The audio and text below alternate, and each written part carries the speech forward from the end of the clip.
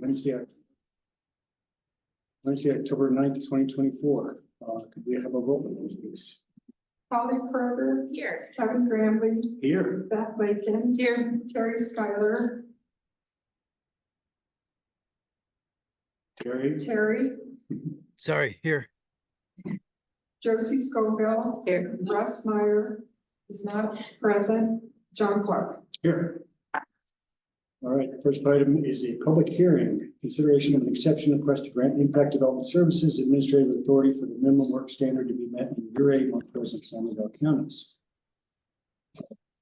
Jim, are you taking this for us? Yep, I'm taking this one. Can you guys hear me okay? Yep. All right, good evening, everyone. How y'all tonight? Good to hear. So just a brief introduction to kind of elaborate what the minimum work standard is and is a guideline requirement for compliance within the guidelines and for qualification factors.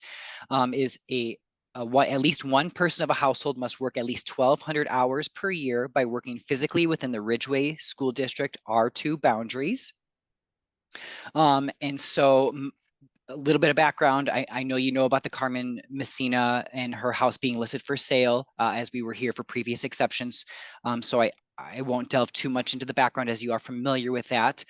But from last meeting forward, she is having difficulty finding a qualified household to buy her property. So at her request, I am reaching out on behalf of Impact Development Services as the administrator to look at opening the boundaries for qualification to the surrounding counties.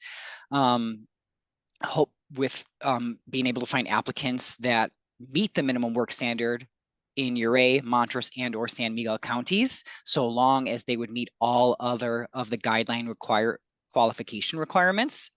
And then a little bit of background on this. Last year on the Ridgway Workforce and Affordable Housing Committee meeting on August 28th, 2023, an exception of this similar nature was approved to sell the remaining homes from rural homes after the initial lottery was conducted. And this exception was utilized to sell some of the homes. Staff recommendation, Impact Development Services recommendation is to move forward with an approval of this exception request for administrative authority of the minimum work standard outside of the Ridgway R2 school district boundary, as this similar exception was granted last year. Then of course it goes over the exception review criteria, which you are familiar with. And then we can move on to motions for consideration to deny or grant this exception, but I definitely want to open it up to questions and or public comment. Okay, great. First off, anybody in the room here council have any questions for Jim? Yeah. I heard through the grapevine that Carmen was approached about showing the home and didn't want to show it to someone who wasn't fully qualified. And if I can see why people would maybe want to see the home before going through the full qualification process. And so if she was here, I'd love to just ask her how many times she's actually shown the house or how she's advertising it. Because it's not listed with a realtor. I haven't seen it advertised. There's just a small for sale by owner sign up front. So I have some reservations about opening this up to San Miguel and Montrose counties before we've really made sure that Ridgway County is aware of this opportunity. We can force people to advertise their home, certainly, can we? Yeah, I can. In fact, I mean, I can't force her to, but I can say, no, you may not sell outside the county if you can't demonstrate that you have made a good faith effort to sell within the county. She's online now. Okay, so she's now, so I'd love to hear that. Since this is a public hearing, we have to follow the protocols. We'll let Jim answer that if he has any input. I do see Carmen is online, so she can definitely comment on showings and whatnot. I know that she has had showings. I have had applicants qualify.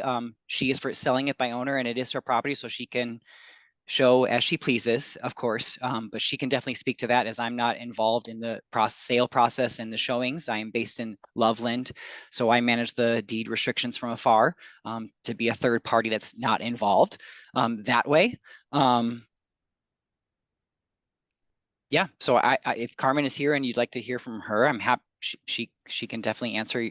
Hopefully answer your questions if she is willing and able.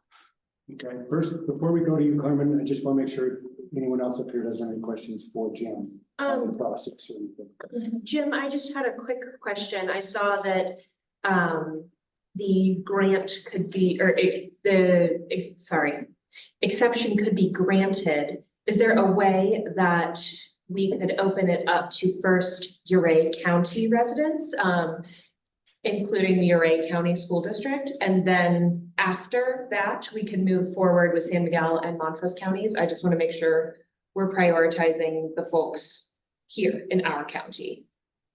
Sure, yeah, and to clarify, it is just limited to the Ridgway R2 school district as far as qualifications. So that is totally your prerogative if you do want to grant it with the condition of Uray County for to set a deadline for that, and then you can open it up further. You can certainly set those. I do have, just so that you're aware, Carmen has not have a lot of interest, she said, in Uray County, in Ridgway in general. Most of the interest is coming from Telluride. So I do have an applicant that is fully qualified, except for the meeting the minimum work standard because they are a teacher in Telluride. I have an additional question. Did we not grant Impact Development Services an administrative approval for within Uray County already? We granted an expiring exception for out of the county, but I thought we granted a permanent administrative approval within the county. I guess the way that I interpreted the meeting minutes from August 28th, 2023 was that it listed all 3 counties with expiration on December 31st, 2023.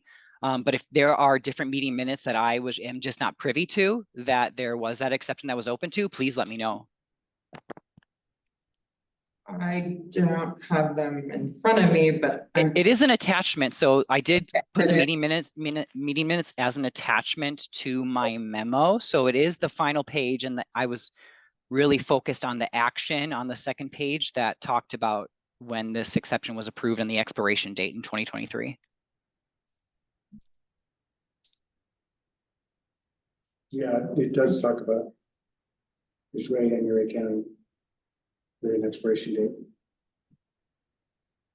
And just to be clear, Jim, I think Polly's question is specific to what would be the second condition of a grant of the exception where the applicant meets minimum work standard in either Uray, Montrose, or San Miguel County. Could we limit that to just Uray County initially and only open it up to Montrose or San Miguel if we don't get anybody in Uray County? Yeah, you guys are the housing committee responsible for, you adopted these, and I am just administering them how you see fit. So if you want to set those conditions on it, you can certainly put those any conditions that you want on it. Okay, anybody else have questions for Jim? Carmen, do you want to address Beth's question about showing the house and stuff? Can you repeat that question? I only heard half of it. Yeah, I'm just curious about what methods you're using to advertise the home and how you're accommodating potential showings or any requirements you might have placed on folks for giving a showing. Sure. So the house is listed for sale on Ridgway Uray, several Facebook pages, Ridgway Uray Connect, Telluride Sweet Deals 2.0. I've made 25 flyers that have been hung in businesses around the county. Perhaps you've seen some of them, including the library, the post office in Uray, various businesses, the breweries, restaurants, coffee shop, Cimarron Coffee Shop. I sent an emailed listing to the Ridgway School District, to the superintendent there, to forward along to all of the school district employees. So it had photos of my listing, the purchase price, details of the home to be forwarded along to all the district school employees. I reached out to IDF and Rural Homes, asking if and Uray Home Trust, asking if they had any way to help me advertise, and the answer was no from all 3. So I have not had any assistance advertising the home, again, from IDF, Rural Homes, or the Uray Home home trust, despite asking and requesting that. Originally, when people contacted me individually, I was requesting that they go and get the IDF approval first. Because it's so extensive, I then hosted 2 open houses. One was last weekend, the other one was the weekend of September 15th. I've had, I would say 8 people come and see the house, tour the home. Out of those 8, I'm only aware of 1, which is Erin completing all of the supporting documentation. There was 1 additional woman last week who said that she spoke with you, Jim, and you can comment to this. Her name is blanking in my head right now. I'm sorry, I have it written down and I'm blanking on her name, but she spoke with you last week, Jim, I believe, expressing a little bit of interest. She's a retiree, so she does not work in the school district. Did I cover all of that question? You're asking how and where the house has been shown. Basically, this house, I've been communicating with Jim since May, looking to get someone else to take the home over, whether it's through a rental or purchase. Initially, the idea was to rent the home because my job went out of business in March. So at this point, the house is fully vacant and ready to be turned over to a new party, and has been kind of in a holding process, a lot of waiting and, you know, for procedurally for approval, first to rent and now to sell to the qualified candidate, who is the interested buyer, being Erin. Okay, anybody else have questions for Carmen? Because this is a public hearing, I'll open it up to public comment. Anybody either online or in the room have any questions or comments on this item? I have another comment I guess I'd like to share. Sure. Can you guys speak to the other Wetterhorn home that was recently sold? My understanding was that it was sold to a couple from Fort Collins who work remotely. Can you comment on that and disclose some details and information as to how and why that was approved? An exception for a couple who does not work within the Ridgway School District? Jim, can you answer that?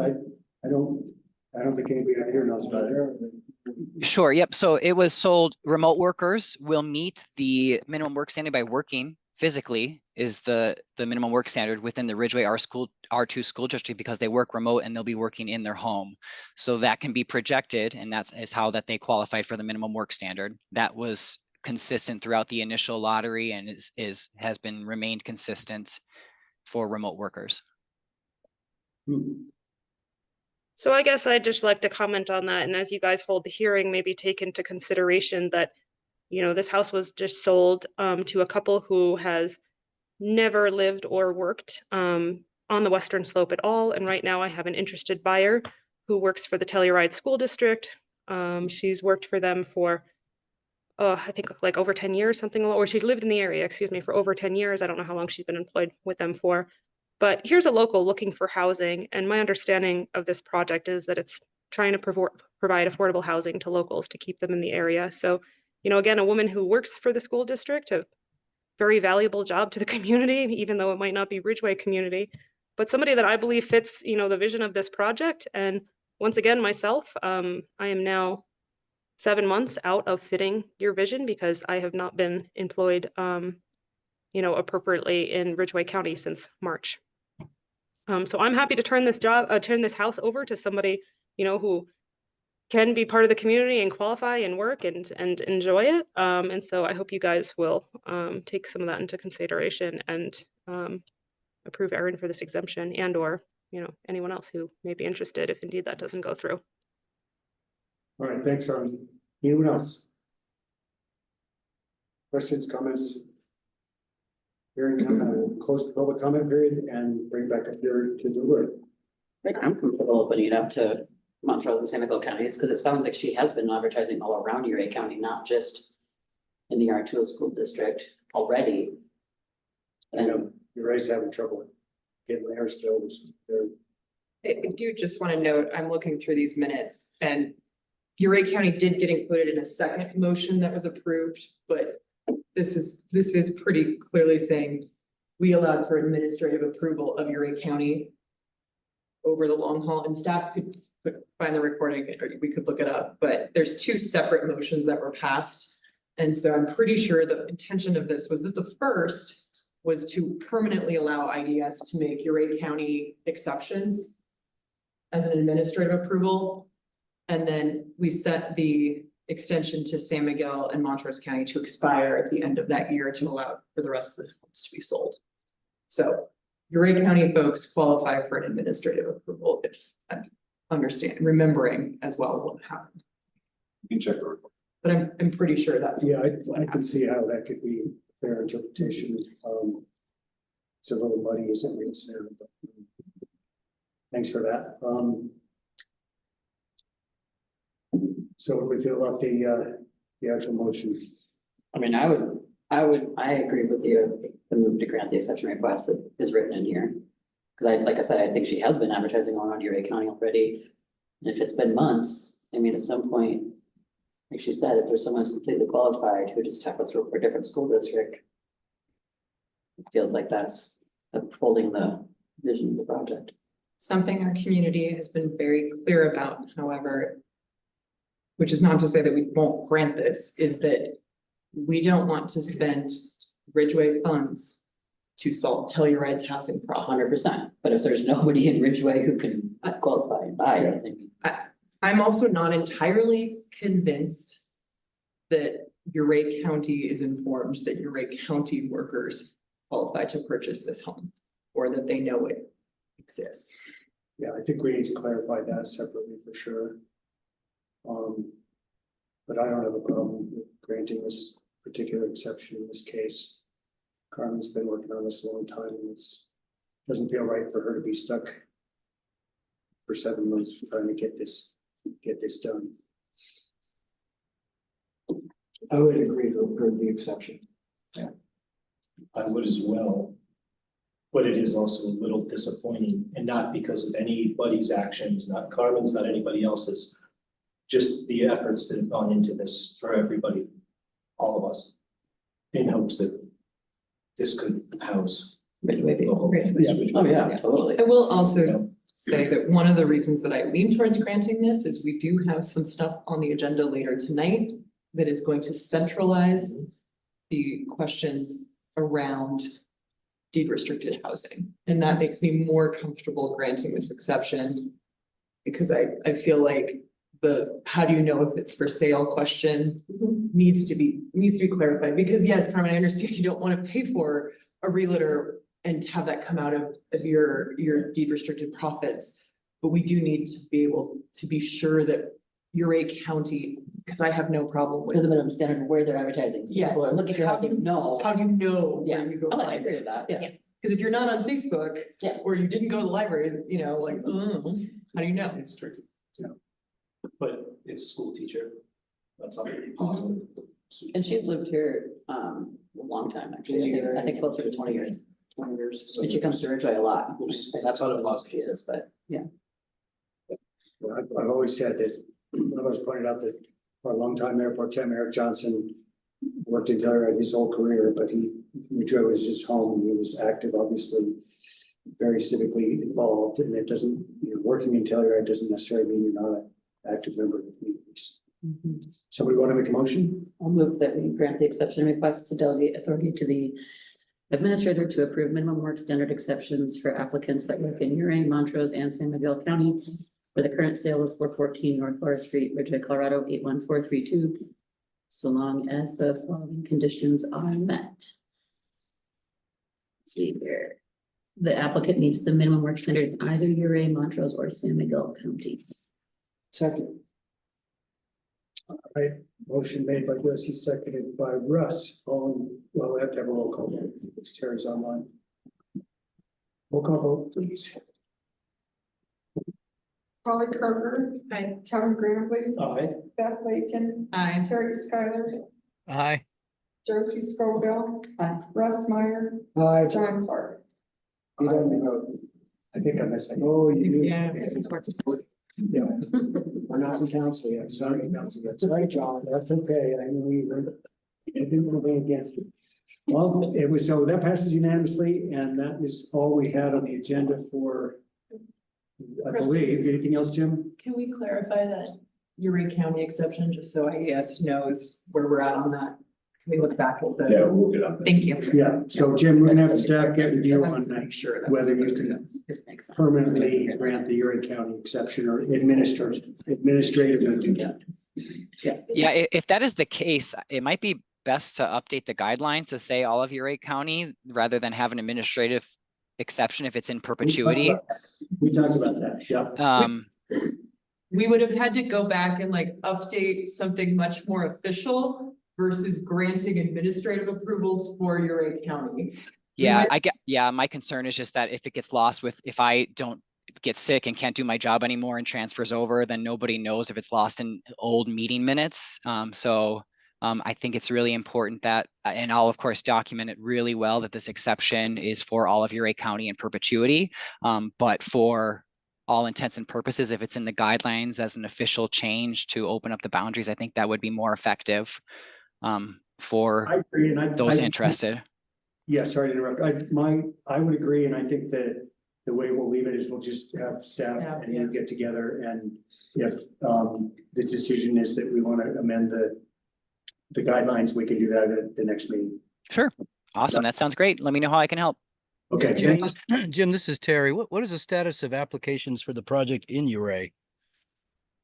We're accepting applications on a first come, first served basis. I believe actually Seamus Croak, who is a Rural Homes employee, can probably talk more on that about like how many homes are still available. But we are accepting applications on a first come, first served basis. The minimum work standard is for all of Uray County for those properties. So it seems like that's going to open up a number of available units, and they may end up facing similar issues of looking for people within the county that qualify. It's possible. I currently have an administrative exception for expanding the bounds of that as well. Okay. Thanks. Yeah. It's a even for affordable housing, it's a interesting mortgage lending world right now. So I think that's a lot issuing a lot of challenges right now in all of the United States. Great, thanks, Jim. Yeah. Appreciate you here. All right, I am going to adjourn the Affordable Housing Committee and call the regular town council meeting to order and ask for a roll call, please. Councilmembers Grambling, Here. Kroger. Here. Bacon. Here. Skylar. Here. Scoville. Here. Mayor Pro Tem Meyer. Here. Mayor Clark. Here.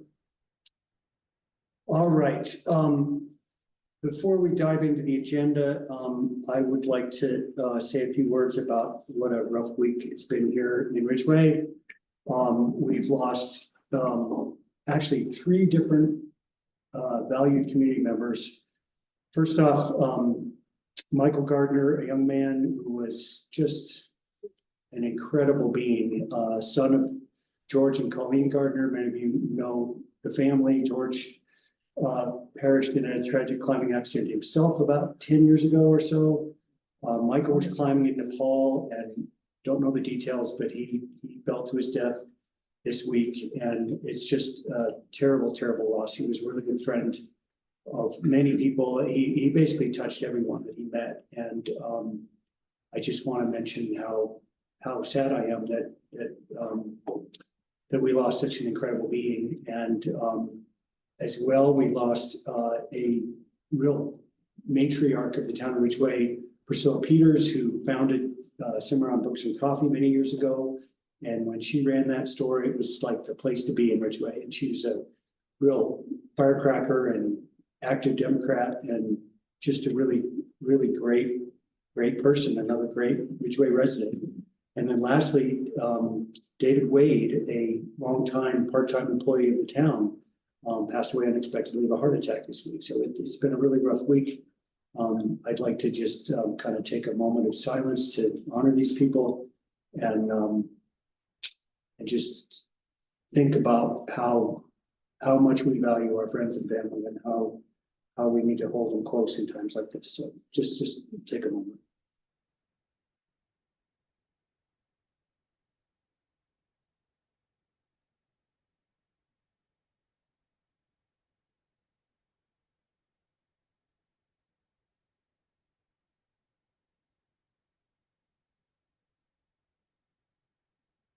Okay, thank you. With that, I will dive into the regular agenda. First off, we have additions and deletions. Are there any additions or deletions to the agenda tonight? From staff? I have an addition to the consent agenda. Okay, I'd like to add the restaurant liquor license approval for Land Ocean Restaurant. okay. Anything else? All right, then that brings us to the adoption of that consent calendar. Is there anything on there anybody wants to bring off? Or if not, is there a motion? So moved. Second. Motion by Polly, seconded by Russ. All in favor? I actually saw we need a roll call vote. Councilmembers Graham, Aye. Kroger, Aye. Bacon, Aye. Skylar, Aye. Scoville, Aye. Mayor Pro Tem Meyer. Aye. Thank you. Passes unanimously. That brings us to time on the agenda for public comments. This is established time for the public to address the council regarding any item that is not otherwise listed on the agenda. Comments will be limited to 5 minutes per person. Anyone have anything? Either online or here in the room? All right, seeing none, I'll move right along to public requests and presentations. The first one is item number 4, proclamation declaring October 2024 as Bullying Prevention Month. Is Beth here or online? Beth Meek? I am the representative. Oh, okay, come on up. Welcome. Hi, my name is Gregory Meadows and I'm the new executive director of Pure Kindness. Great, welcome. Also cute. So anything you want to add about the proclamation or just? Nope, I'm grateful. All right, thank you. Yeah, you guys all have it in your packet. Anybody have any questions or comments about it? It's good.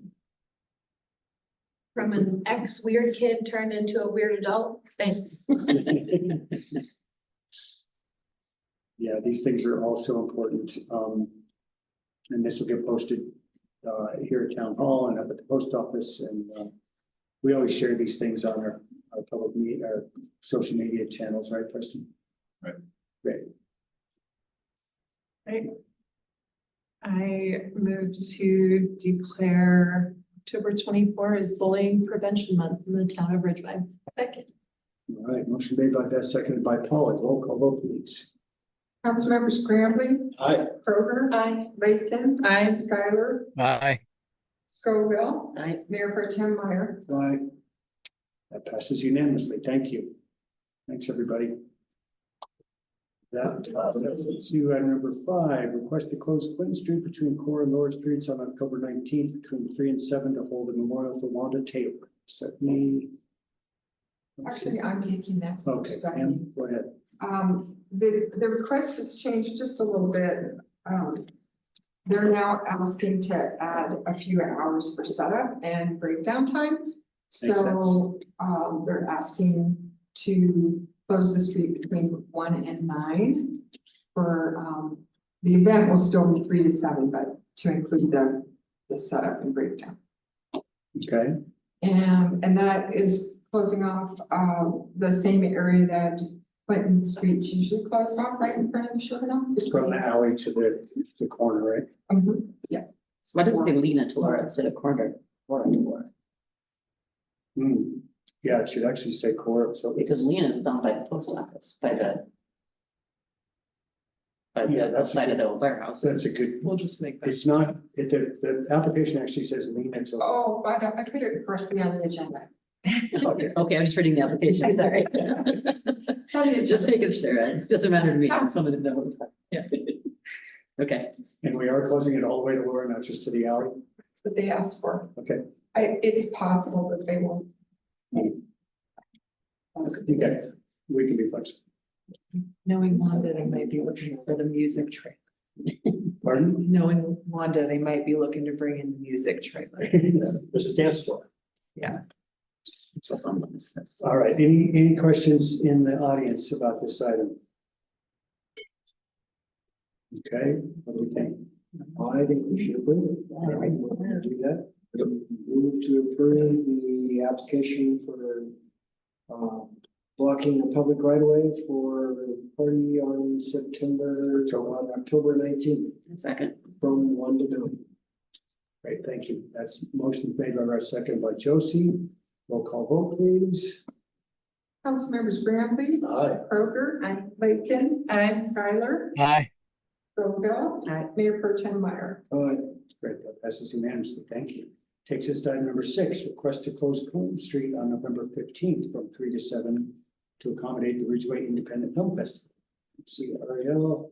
I know she's planning to come.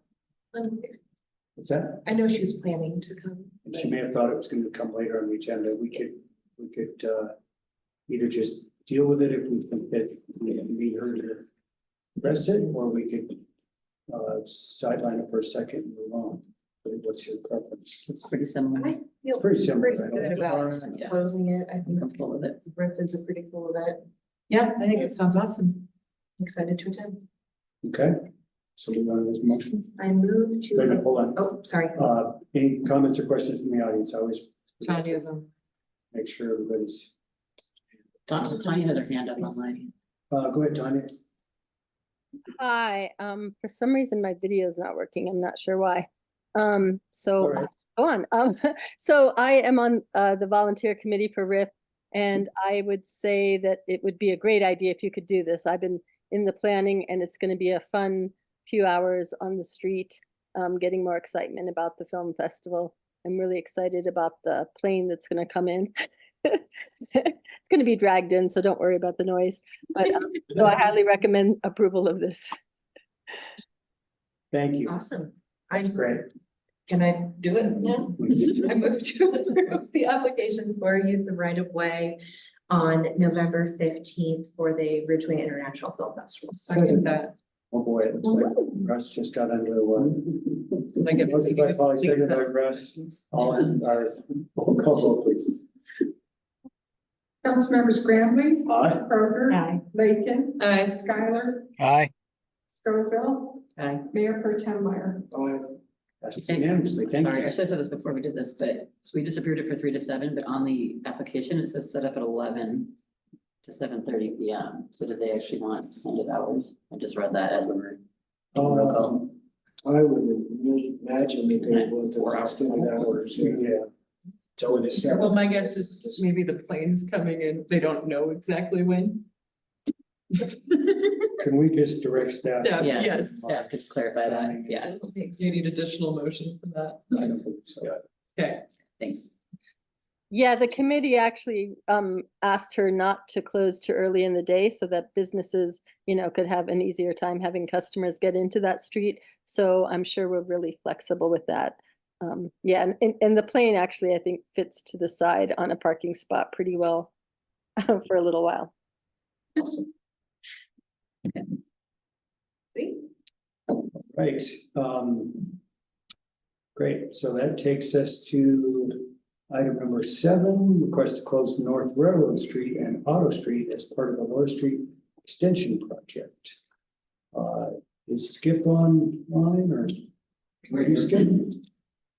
Welcome. Yes, good evening, Councilman. Come on up. Thanks, Charles. Good evening. Thank you for letting me talk to you about our proposed road closures. Thanks for being here. So let's get that up. And you can explain what you're looking for. Well, on Auto Street, what we have to do there is we need to close that so we can get Black Hills Energy to get a gas line across Auto Street. And that would be a 2-day closure on the 14th and the 15th. That's when they're available to do that line. So that's when we'd like to close that. Obviously, we won't cut access to anybody home or anything like that. And we will French plate in the evenings, so the road will be open at night. So just be during working hours that the road will be closed. And then on Railroad Street, the same scenario, we propose to close that on the 21st, 22nd, and 23rd during daytime hours only, just for the installation of a storm sewer pipe to go across Railroad. And we'll have detour signs and everything will be very well marked. And it'll just, with the closure, it'll just make installation easier. more efficient for us. And again, we'd have personnel available if any of the public has questions or anything or needs guidance, we'd have people there to help with that guidance.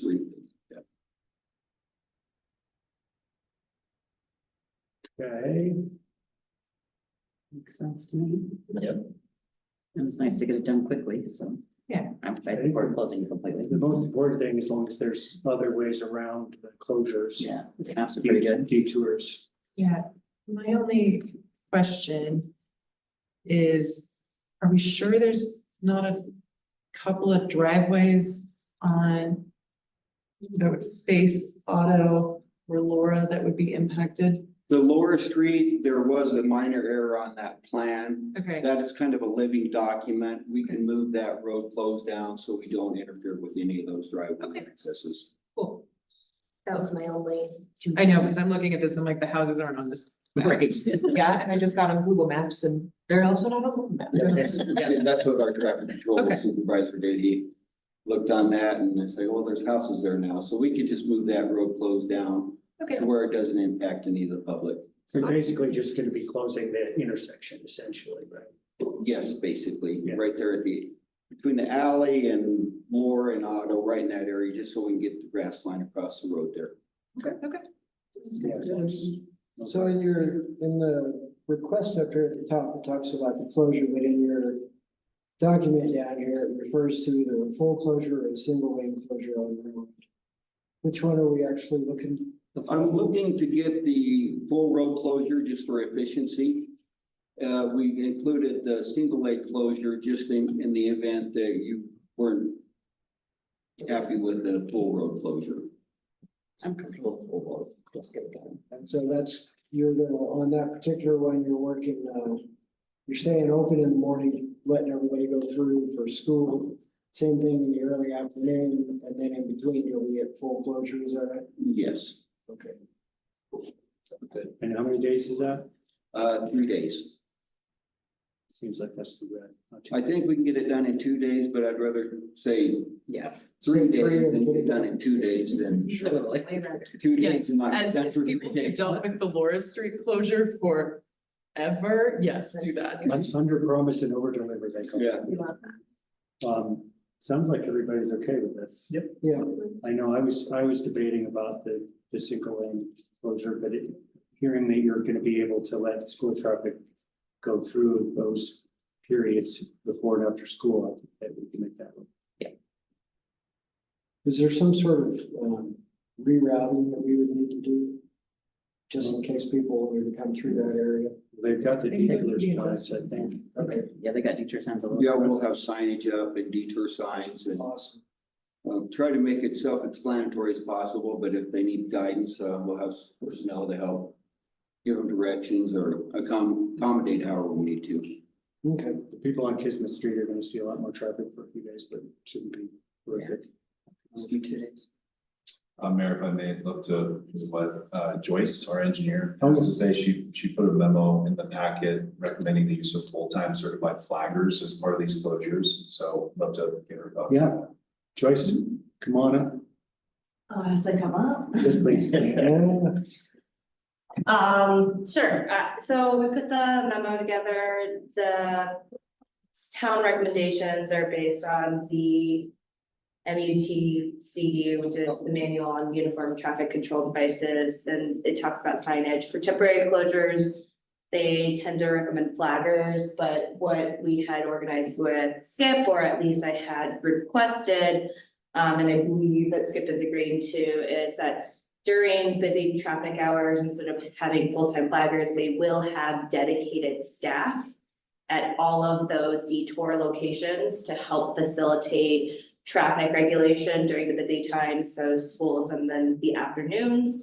And then we would allow for those dedicated staff members, they can during low traffic times assist with what they need during construction. But we did want to advise that they had dedicated staff at the detour signs, just because it is a busy intersection, especially in the morning and the afternoon with the school traffic. So, and then kind of talk to Preston. I'm not quite sure on So mornings, I'm sure we'll probably pause that. It won't open until maybe 9 AM.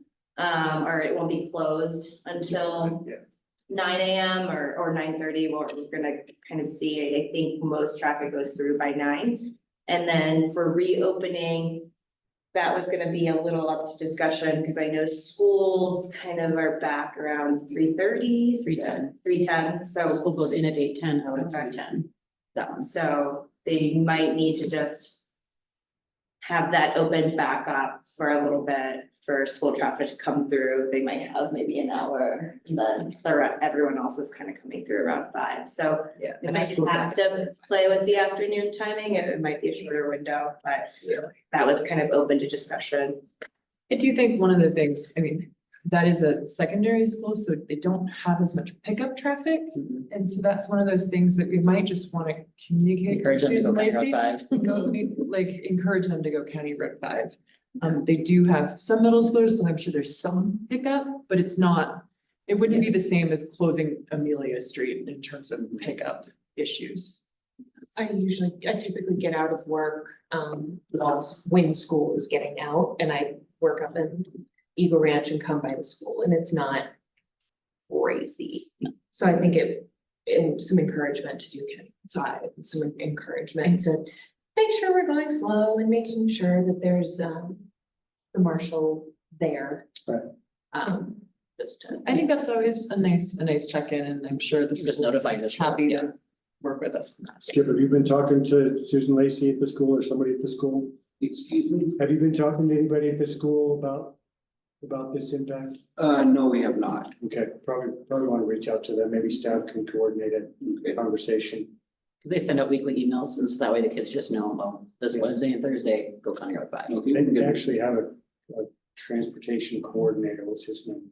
Oh God, I just basically. Anyway, we'll get you who to talk to. And And just, more than happy to reach out to them and Great. and communicate with them. and you're okay with Joyce's suggestions on the flaggers and everything? Staff? Right. Well, we'd obviously, the sooner we get in and less time we stop, the quicker we can get done and Right. the overall least impact to the public. So, but we'll do what we have to do. So. Great. So we'll aim for like a 9 to 5 closure, and then if we need to modify those hours based on traffic. Yeah. Okay, Thank you, Joyce. Yeah. awesome. Thank you, Councilman. Thank you. Thank you. I believe we probably still need a motion on this, Preston. Is that right?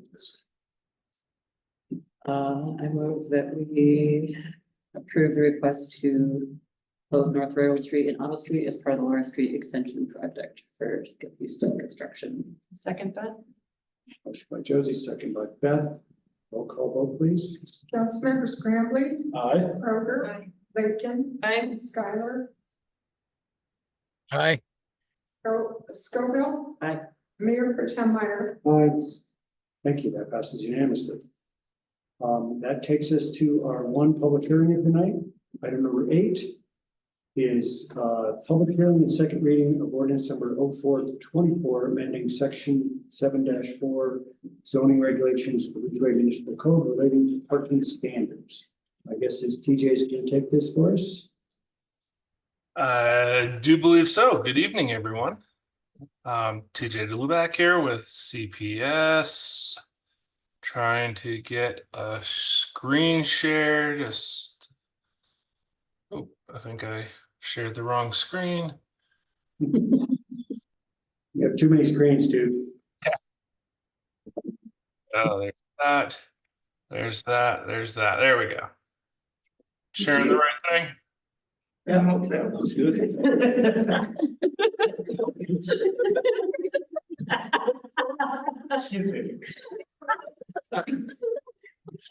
Anyway, sorry. Goodness, quite the giggles tonight, don't we? You're good to go, TJ.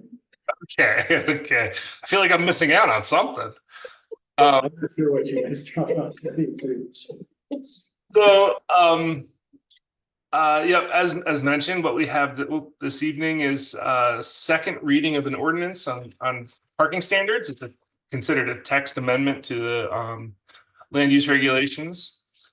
And it's ordinance 04/2024. So tonight is the official hearing. And so we'll be following our typical hearing protocols this evening, as we typically do. I'm going to go through this pretty quickly. I know that it's the hearing. Typically, I would go a little bit slower on that, but we also did have that kind of noticed for the first reading too. So just some background information. When we started this project, beginning of the year, we were really trying to establish these 4 guiding concepts or meet those with evaluating the parking requirements.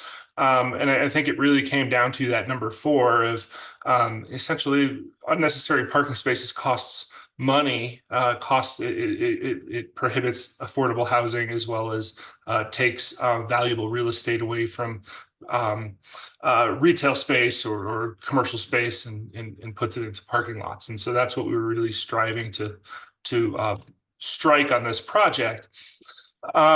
Here's just a list of all of the dates and the meetings that we've had since January. We've been meeting monthly with the Planning Commission, going through updates and edits and having a really, really good conversation and dialogue along the way. The Planning Commission did, at their August 29th meeting, held their hearing and provided a recommendation to the Town Council. On September 11th, you all considered the ordinance and approved it on first reading, setting and this being the second reading this evening.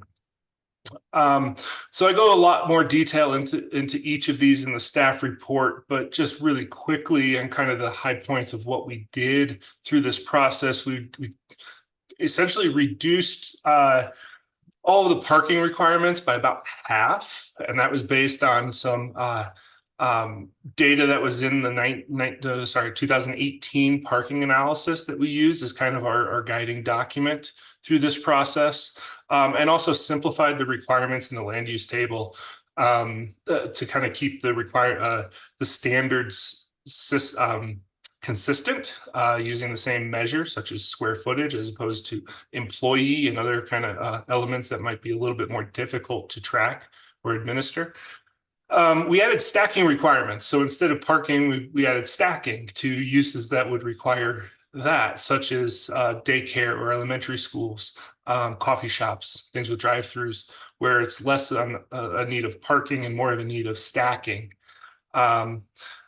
We introduced this concept of a shared parking plan, and that means that you can meet it in multiple ways. What we didn't do is remove parking standards. We basically said that you still have to meet off-street parking requirements and minimum standards, but we allowed a variety of ways for those to be met. And that's actually letter D2 about the bicycle parking. We also allowed for other means of meeting a traditional vehicle parking space by either bicycle parking, motorcycle parking, things of that nature as well. We added the EV ready component to parking requirements to kind of poise the town for future needs there. And I already talked about the overall parking reduction, but what we did is we had a new section that's talks specifically about each zoning district and provided some specific reductions or requirements for each of those zone districts. And we can get into that in a little bit if needed. But essentially allowing on-street parking to count for off-street parking in certain zone districts where it's more dense and more of that traditional grid transportation network. And then we added the ADA standard table of handicap parking spaces because it just wasn't in there previously. And so we just kind of clarified that as well. So again, there are a lot more kind of minor changes, but those are the big ones. Again, we've noticed this hearing in accordance with the Ridgway Municipal Code. As I mentioned, the Planning Commission heard this. Oh, I don't think that was the right. I'm sorry, I apologize. I don't think that's the right date. Oh no, I think it is. Yeah. And then they made their motion to approve or recommend approval to you all.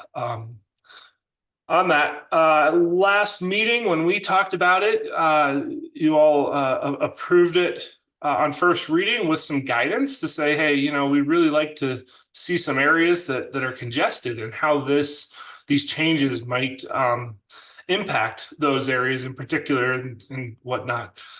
I have to say it was a little bit difficult just because it's not necessarily apples to apples.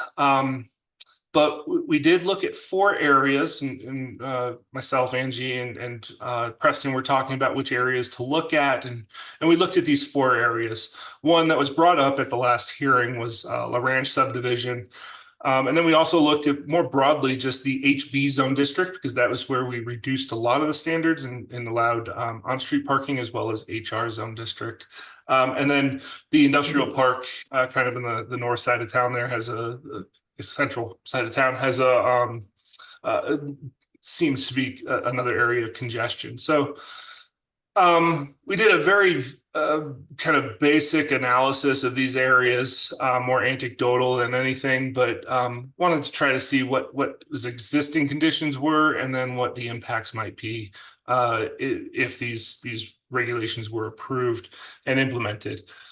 So in La Ranch, I think the big part there, it's a small subdivision, smaller lots. It is a tight subdivision, if you will, but most of the 20 lots are already built on, and the development pattern there is off-street parking through driveways, private driveways, as well as garages. And so we felt that those off-street parking requirements for a single-family home would be adequately met off-street. However, if ADUs were introduced into that neighborhood at an excessive amount, and that extra parking demand were not met off street, that could impact the on-street circulation because it is narrower and tighter.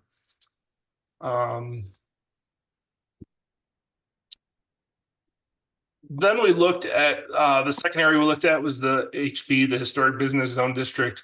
This is the downtown commercial corridor where you kind of do want all that on-street parking and that congestion, right? Congestion there would actually be good for businesses maybe. We looked at it. It's in your traditional grid pattern, which allows efficient use of public rights of way. There's also a lot of delineated on-street parking and extensive sidewalks, which would allow people to park once and visit multiple establishments in the area. And then as according to as outlined in the 2018 parking study, it is overparked, which means that there's excessive amounts of parking available for the demand of the land uses.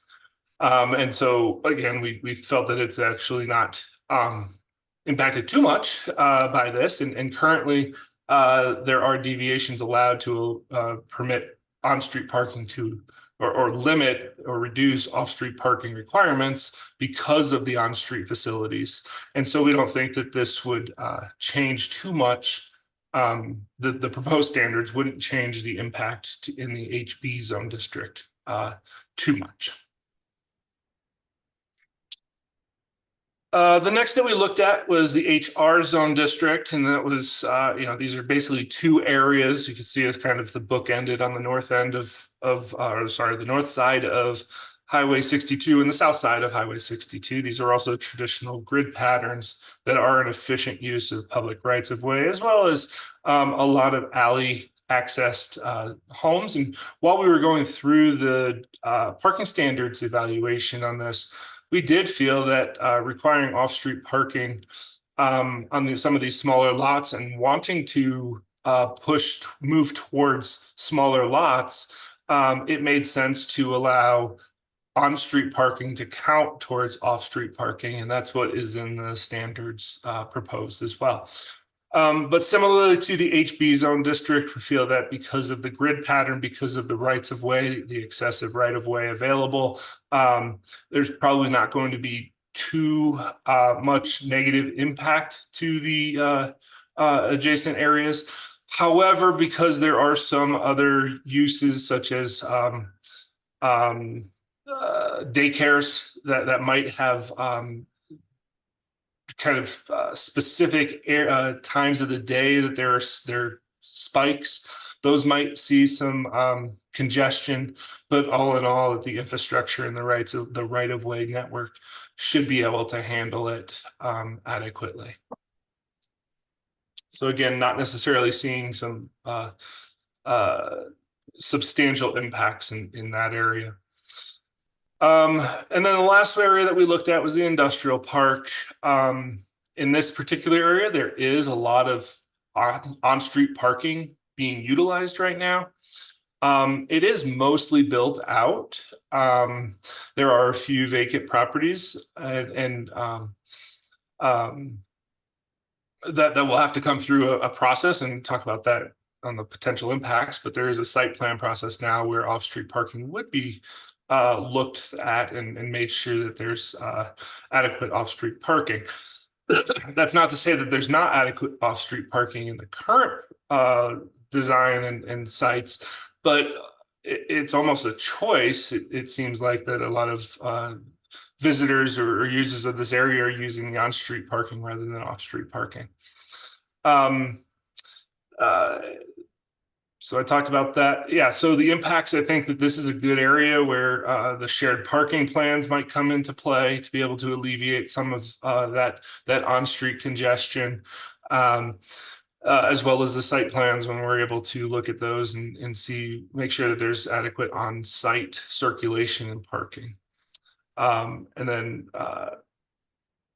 the future development and redevelopment of these sites would allow an opportunity to reduce the on-street parking and push some of that to off-street parking as able. So again, we didn't necessarily think that what this code would do or these standards would do would increase or change the habits or patterns in the industrial park area, and therefore wouldn't increase the negative impacts. So this is just the text amendment approval criteria that you all would need to find in order to make a decision.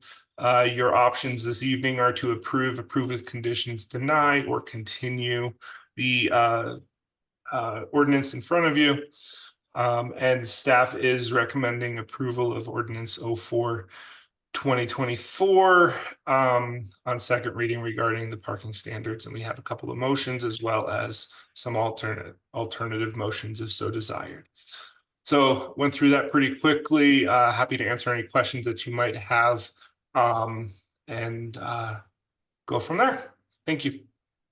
Thanks, TJ. Good synopsis.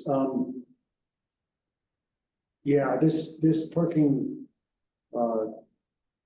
regs update has got me thinking a lot about various areas around town, and I think that the amended regs are good, and I would hope that we can approve them tonight. But every time I go through the industrial park now, I'm thinking we should probably do parking on only one side of the street. There's just not enough room for two-way driving down the street, and I don't know how we, would make that work for everybody who works there.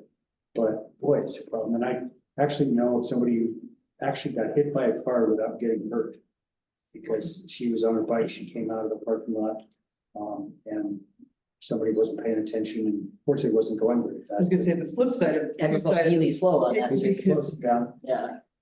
Yeah. It's just, and again, this is kind of almost a tangent to the relevant discussion of these regs.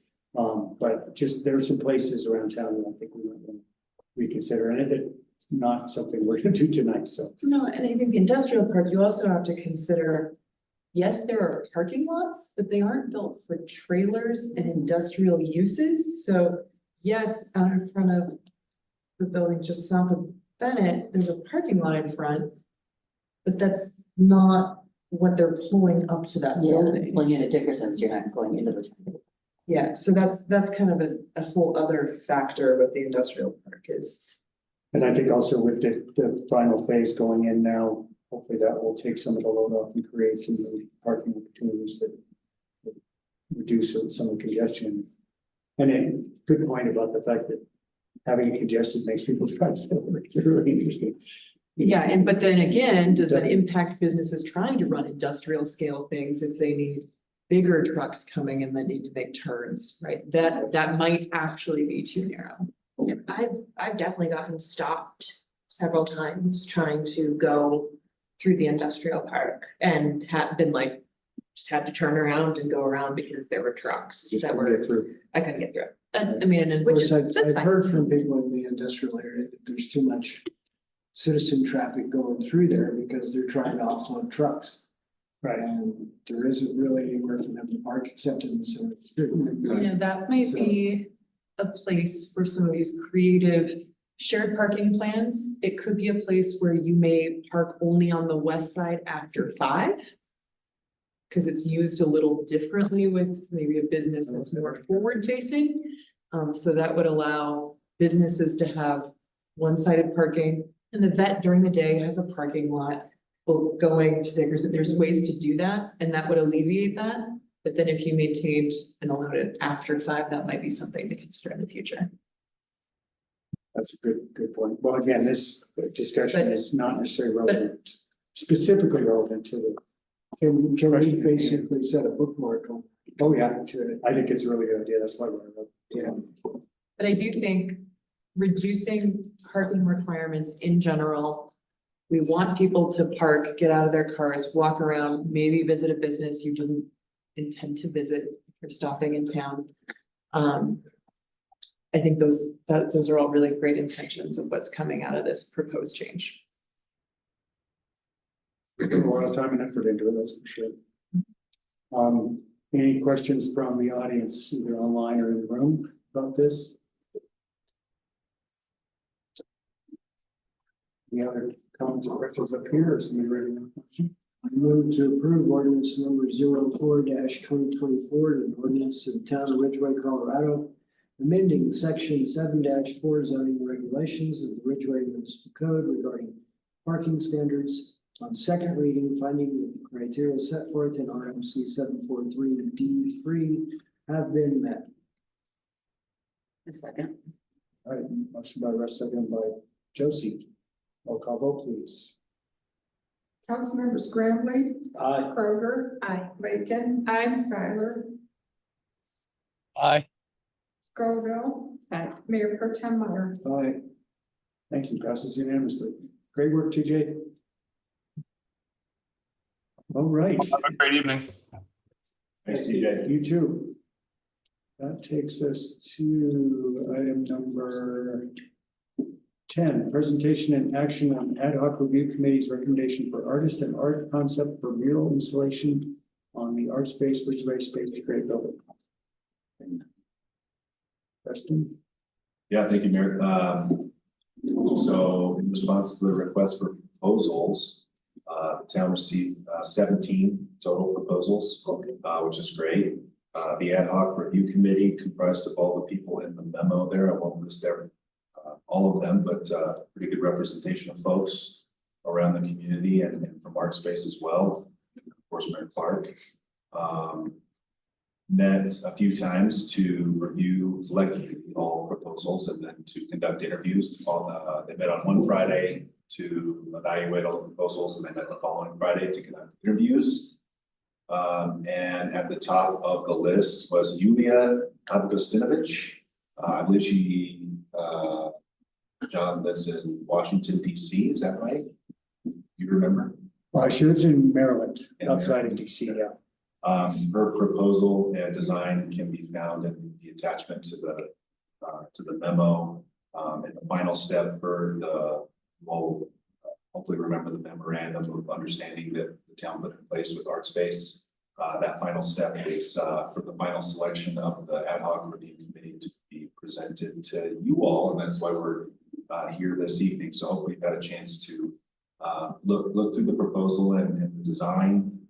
The committee did request a slightly revised design of the concept that Yulia had initially proposed. And so she is in the process of working up revised design now and is aiming to share that with the town in the coming weeks. Once it's received, the committee will get back together most likely sometime in late October, actually probably early November, to sign off on the design. And so to make this project happen in 2025, just as a reminder, it's contemplated in the MOU. The town would need to reflect an expenditure in the 2025 annual budget, a work plan item in the 2025 strategic plan as well. And then after successful appropriation of the funding to make it happen next year, we'll plan to do things like hold a kickoff meeting with Yulia, make sure we have all the logistics in place. And the aim, according to Yulia, is for the mural to be painted about a 3-week to a month time frame in late May to early June, depending on weather conditions. We all know, we never really know what could happen. But that'll be really important because we are aiming to use our final installment of, not installment, but our final mini grant funds of $20,000 that must be used by June 30th of 2025. So it's perfect. It's a perfect project to apply these funds towards, but the project would need to be complete sometime in early June for us to be eligible to use those funds to help underwrite the project. So I don't see Yulia online. She was hoping to join, although she's 2 hours ahead. So it wasn't, told her it wasn't imperative that she be on here, but we really wanted to introduce her to you all. I don't see her, but happy to answer any questions. I know Ariel is online, or she was online. I don't see her anymore. Is she there? Yeah, the bird. Oh, yeah, here. okay. Yeah, no, I was part of the committee too, so I'm happy to. What changes did you ask her to do?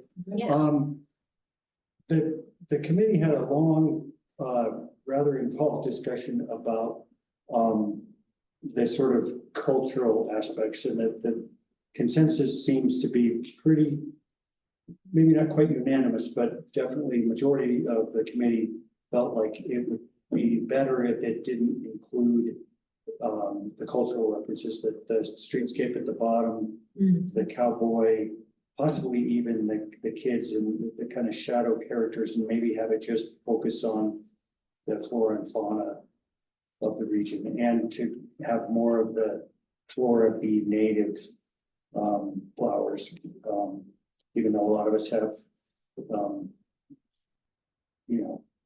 annuals and perennials that aren't native in our gardens in town, which is why she added them. And there is columbine in there. It's part of the uncolored part, so it's hard to see. What was it? Is it behind the moose? A couple of people didn't like the moose. I mean, the elk. The elk. That was actually the first thing I thought. I love the elk. I don't. It's a beautiful mural, but. So yeah, I mean, the feeling seems to be we're gonna ask her to come back with something that's more focused on just flora and fauna and not the human side of The things. building at the bottom does seem weird. The kids were That was totally chill to me, but the building, I was like, wait, what is that? yeah, it's Lena Street. It's Yeah. it's the True Grit and that section. And Yeah. that was unanimous right out of the gate before we I get rid of that. discussed. Yeah, really, I'll That- take the house and go with it. I like the flower. And I personally don't have a problem with the kids in the Yeah, I like think ball and the girl swinging off to the right. I think maybe the reference to John Wayne feels a little funny. Say again. The reference to John Wayne, the cowboy in the background feels a little. But it becomes less John Wayne if you take Lena Street out of it. And this is like a rich Well, community. Oh, yeah, love the rich community, just. I mean, that's what I try to say. I mean, Reference to I'm John not getting weeds on this now, but Yeah. you know, the feeling was that if we have the cowboy in there and we don't have any indigenous references, that's not appropriate. Or the railroad. So the idea was let's just get rid of as much of it. I mean, I think the committee would probably be okay with some of like the kids playing and the kid on the swing, but a couple of the members were like, just get rid of all human references. So, and we did kind of assure the group that the council wouldn't be. Yeah, no, I think we're just curious. Yeah. I was curious, yeah. Yeah, it was just a curious, I had the same question itself, so we just have Jane. Did you ask her to update all references to Ridgway being misspelled? Yeah. That does make me That's nice. want to pull my hair out. Insane. Like if you're putting out a $20,000 bid, make sure you just find the name of the town. But I really love it, like the style, Yeah, I think it's people are very gonna be think it's super really excited neat. and the committee did a good job. I think When I look we at all were- their other. And I can tell you, she is so professional. I can separately show you her kind of portfolio that when we narrowed it down to 4, 5 final people we would interview, she went first and she just blew us away. Yeah. She's done so much high quality work and she gets it done fast. She gets community members involved Yeah, quite a sometimes. few of hers are in this Yeah, attachment, yeah, that's, Yeah. Very that's, cool. and she's just really good at what she does. I'm excited to have that all done. Yeah, I know, I literally, since we chose her and went through this whole process, I walk around the corner there now and I go, I can't wait to see them. Mhm, got that ugly plain wall. Yeah. No, I'm excited to see that, and I've seen her work on the walkway in Denver, and I've also seen her work on the Legal Pete's in real life, and they're gorgeous. Yeah, I that's cool. She, saw the Illegal Pete's one and went, oh my God, this is incredible. Like, this mural work is gorgeous. Yeah. And yeah, didn't even she's know she's it was real good. So, Awesome, well, good job. Our community member. yeah, we got lucky. Yeah, Awesome. kudos to the committee. Thanks. I move to approve or to confirm the ad hoc review committee's final selection and direct staff to reflect an expenditure in the financial year 2025 annual budget and create a work plan item in the 2025 strategic plan to complete the Ridgway Art Space to create building public art component project. Sorry, guys, it's been a long day. And upon successful appropriation for the project in 2025, enter into an agreement with Yulia I'm not gonna say his name, Preston, Augustiniovich. It's a second. I was impressed that you got past that. That was pretty good. I'll second it. All right, motion made by Beth, seconded by Josie. Roll call vote, please. Councilmember Scramblin. Aye. Kroger. I, Lakin. Aye. Skylar. Terry said his internet's going in and out, so if he can't vote, it just means doesn't have internet at the moment. Okay, Scoville. Aye. Mayor Pro Tem Meyer. Aye. All right, passes unanimously with one. Terry gives a thumbs up on the. Oh, okay. The second count. I apologize. I forgot to give opportunity for people in the room or people online. Anybody have any questions about the project? You can, if you haven't seen it, we can make sure it's available in the office during business hours. You can come in and see it. It's gonna be great. and I'm excited to have one more, projection on the wall for For the the film fest. film fest, because that was so sick last year, That's cool. my professional opinion. All right, that takes us to item number 10, review and action on order extending the declaration of local disaster in for the town of Ridgway related to the creek diversion. Preston. Yeah, thank you, Mayor. So we're at the point again where we need to extend the order declaring a local disaster. The manager's report from a couple days ago gives an updated narrative about what's taken place over the last month and what the next steps are. Happy to go over it in more detail or highlight what's in that report. Happy to answer any questions you all may have. Beyond what's in the report, the only update I have is Senator Bennett was in this very room this morning, sitting in the middle of the room with folks from the NRCS and Mayor Clark and myself to hear about what we're dealing with and see how he and his team could be supportive to help advance the emergency watershed protection funding to help us out. So it was, I think it was a great meeting and it was great having him here and his support. Yeah, and I think he's gonna be able to help nudge the various agencies to make sure we stay at or near the top of the list to get the funding we need. So that was really good to hear. Any questions for staff on this? I know the question before has been, should we make this for a longer period of time? Do you have any different feeling at this point, Preston? I don't mind doing it on a monthly basis, but is there any point? I would defer to Bo, but I mean, I think it's helpful to have it on every agenda. Just to to have- updates like this, we can talk through it, but Bo is the man. I don't know about that, but I do appreciate that. We conferred when it went into the packet, Preston and I, and we do think it's important to have it prescient kind of as a monthly update. And then pay attention to the emergency aspect of things. So like with the declaration, we don't want to have it going longer than is necessary. Okay, it's good. So the primary intent is we would keep renewing this on a monthly basis until that public hearing. I think until we have our arms around everything a little bit more and hopefully that's within the next month or two and then. I'm not rushing that, just trying to understand the end goal of trying to. what we're Yeah, trying to the do. end goal would be to remove the emergency declaration. Well, obviously.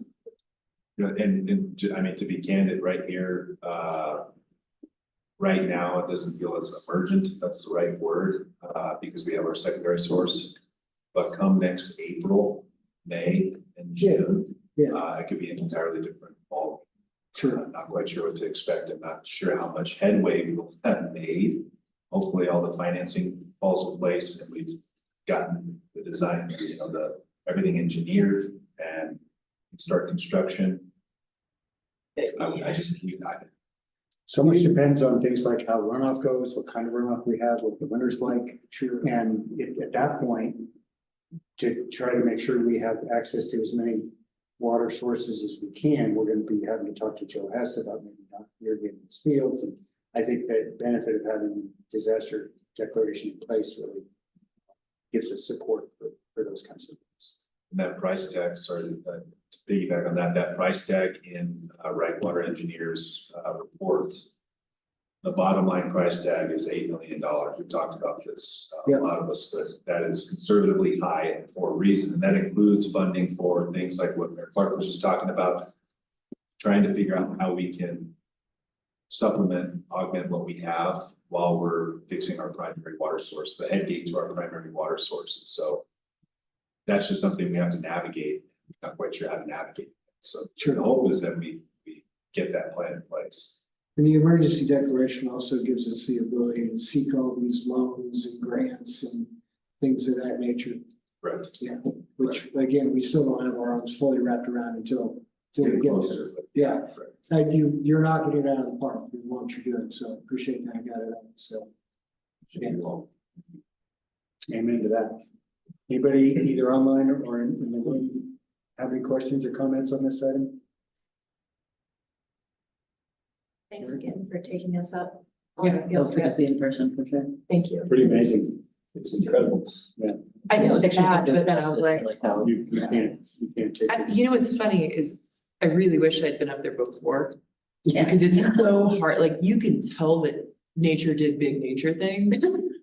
Sorry, am I a teacher? Nature did do big nature, but like it's really hard without having really. I'm really glad that I did have a picture in my head. It's like, that makes a big difference.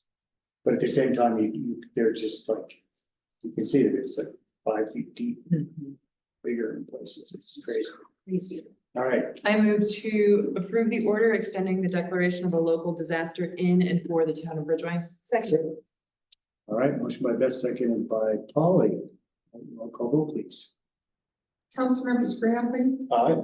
Kroger. Aye. Lakin. Aye. Skylar. Aye. Scoville. Right. Mayor Pro Tem Leonard. All right, passes unanimously. Thank you. That takes us to the item you four have all been waiting for. Interviews of youth advisory candidates and appointment of members. Why don't you guys come on up and sit in the front row for us here? Thanks for coming.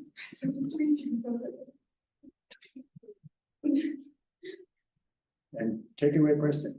Yeah, thank you, Mayor. So the solicitation period for applications for the Youth Advisory Council ran from August 19th to October 1st. We received 4 applications, Kira Deluccio, Lauren Malin, Patrick McGahee, and Sophia Scranton, all for you tonight, which is great. I don't know that that's ever happened before, so thanks for making it tonight. They were invited to talk, or invited here tonight to talk about their interest in joining the board. And the floor is your all's to ask them any questions you all see fit. Okay. Who's got a question? Well, thank you for all taking an interest in local town government. Yeah. I'm also really excited to see Patrick and Lauren, you guys, Lauren. I almost called you your mom's name, sorry. To see you guys come back for another year. I think that really creates the potential for Youth Advisory Council to be more effective. And that you guys kind of know the jams. So thank you. Yeah. Yeah. Yep, it's very cool. And new members are very welcome too. So, I guess I would start by just maybe having each of you take a turn, just telling us what you hope to get out of the experience. You want to start, so? I am really excited to be here, and I hope that I can get as much out of like town involvement as I can. I think that there's like a really big lack in the youth involvement of our town. And I'm hoping to be able to be here and share some opinions and create opportunities for more youth to make sense with all of Ridgway. Awesome. I know doing this last year, I learned a lot about like a local government, and I really enjoyed that aspect of it. I would not have known that other than this experience. And so this year I'm hoping to learn even more, and also just like at the end of the year, the project we did was really fun, and to see that we could actually organize something that would bring town members together. That was really nice. And that again would be great. I'm Lauren. I really hope that we kind of have a similar experience to last year, and just that kind of like Kira said, we just get some experience with local government and get to be really involved in our town, and get to have a more first person experience, and have space to kind of do like a project and talk about things that we care about. And kind of like last year, I really enjoyed getting to meet people from the community and do something fun, even though we only had 16 people come to our pickleball tournament. It was very fun, so. I'm excited because I liked last year when we were able to talk about stuff that I didn't really know, like the watershed. That was pretty interesting to learn about where water comes from and everything. I'm also really excited for the final project like last year. I think another pickleball tournament was great. I like the idea of you guys maybe coming up with something even bigger since you've got the experience of last year under your belts. Yeah. I think it would be pretty nice to have a bigger something. We could totally get more people this year too. But I would love, as this sort of continues to develop is hearing your ideas, like getting some feedback on some of the things that we wind up deciding on, if anything that's coming up in our future decisions is something that you guys feel like matter to you. Like really that youth advisory role, when you guys get a chance to tell us what matters to you would be hugely important. That feedback would be cool. Totally. Absolutely. That would be awesome if you guys are willing to hear us, because I was actually at a school board meeting last night, and they went over all these new policies and all these things about the school that they didn't really care to listen to the youth's opinion. And like, I understand completely, but it's slightly frustrating for them to not take feedback from someone who's like actually in the school and like sees it firsthand. Yeah, and exactly who the policies apply to. Yeah, good point. Yeah. We created this board for this very reason, so that you guys could have a voice in what happens here in Ridgway, and can be the voice for your fellow students. Yeah, I just think about, I referenced future generations a lot, talking about climate change sitting in this seat. And I'm speaking for you, not that I don't think it's something you agree from, but like having some of those statements would be really powerful to be able to point to the portion of our community that maybe can't be here or isn't here or are too young to be here. You guys are that bridge, and that'd be really amazing. Is there a way that we can send you guys maybe to your emails, like the packet, or not, maybe not the full packet, and the agenda, that's the word I'm looking for, you don't want the whole packet. But if you guys are interested in talking about it, you can write us a letter, you can write us an email. I've said letters so many times today, I'm sorry. an email, or you can come to the meeting or whatever. We want to know what you guys think, your people. Of course, they could write a letter. You can absolutely write a letter. I would love that. And But something we could consider is, yes, they're kind of a de facto committee and those usually happen at the end, but if you guys ever wanted to have something to say, I'm sure, Preston, we would all be happy to find a space towards the beginning of the meeting for you, so you could go home and work on. It'd be very cool if you guys wanted to like give a report at the beginning of every our council meeting about what you guys have been hearing from your peers, what you're thinking about, what you're working on. It's a really good idea. Because you guys could rotate that responsibility too, and you wouldn't have to be at every meeting. Or you could bring a buddy for support if you. Other questions? Anybody on Zoom or here in the room have questions for these guys? Say anything? You guys do you guys have any more questions? for I'm us? sorry, I'm not there to ask. Go for it, Terry. You broke up a little. Try again.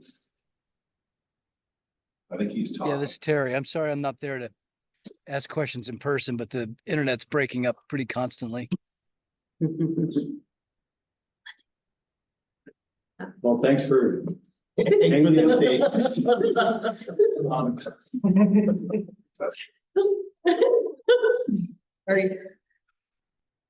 Someone's got the- Yeah, I guess we're ready for a motion. I move to appoint Kira DeLucio, Warren Mullen, Patrick McGahee, and Sophia Scranton to the 2024-2025 Youth Advisory Council with terms expiring on June 30th, 2025. seconded.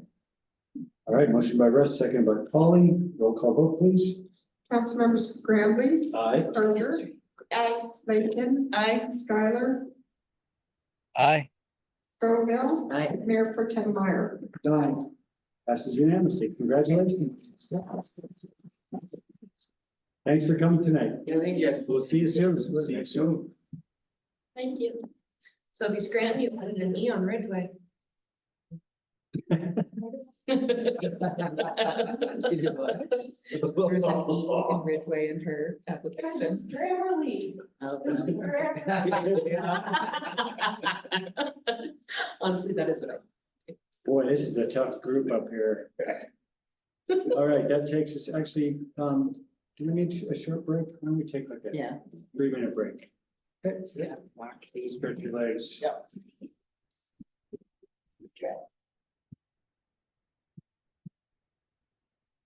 We're gonna make an over and not crunch on the audio. Oh, hey, Preston.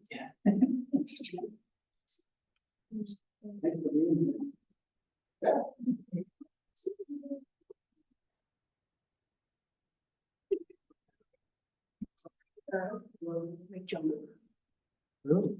Yeah. Interesting. So this came in, actually, it's this I don't have anything.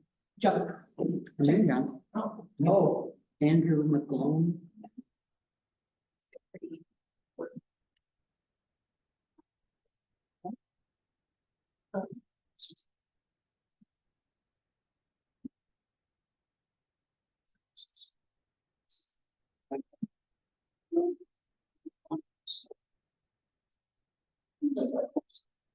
Put you to work, stick it up. I just, you know.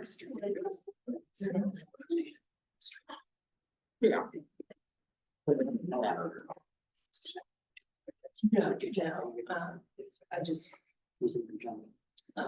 to make sure that that's, everybody's seen it before we go. Oh, Could we take that? What do you think?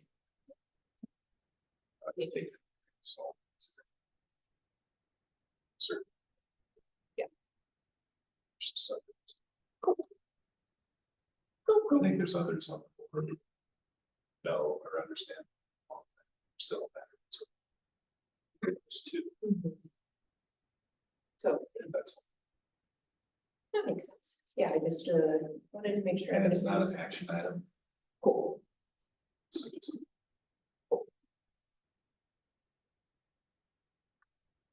Yeah, interesting.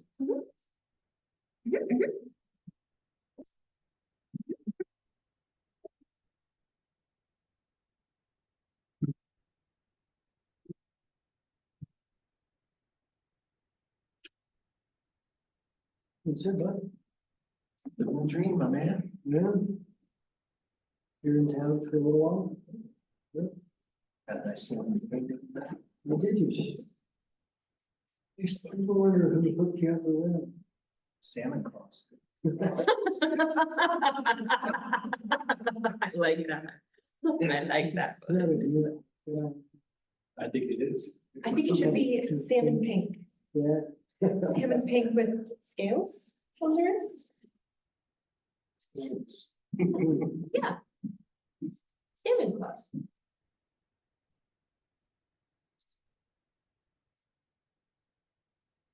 Oh, how much water fits in there? Like, is that a full gallon? No. A gallon? Yeah. 64. It's a growler. It's a growler. Dope. It's not full of beer. Hey. No, I got- was. I did. No, the mayor I did. said, no. I got it. I asked if it was. I didn't Argument say with a it student was. yesterday about a bottle of iodine solution. He was very certain it was alcohol. And I'm like, how about you open it and take a sniff? And he's like, don't do it, drink it. And I'm like, you won't, Just vomit. you won't even put it to your lips, I promise. It's gonna get near your nose and you're gonna go, "Bleh," and you're gonna go, "Yeah, this is what I said." I was been doing this thing. The little girl I knew, when I chew gum, she goes, "Holly, what are you eating?" I go, "Gum." And she goes, "I want to smell it." And so she'll like put her nose up to my mouth and smell my gum and go, "I want to smell it again." Well, okay. She'll smell it, smell the mint, and then run away. It's the weirdest thing. It's so cute and so weird. I adore that tiny person. Kids. So how's your tiny person? She's pretty dang cute. She's pretty dang cute. I'm feeling a little sad we haven't seen that photo recently.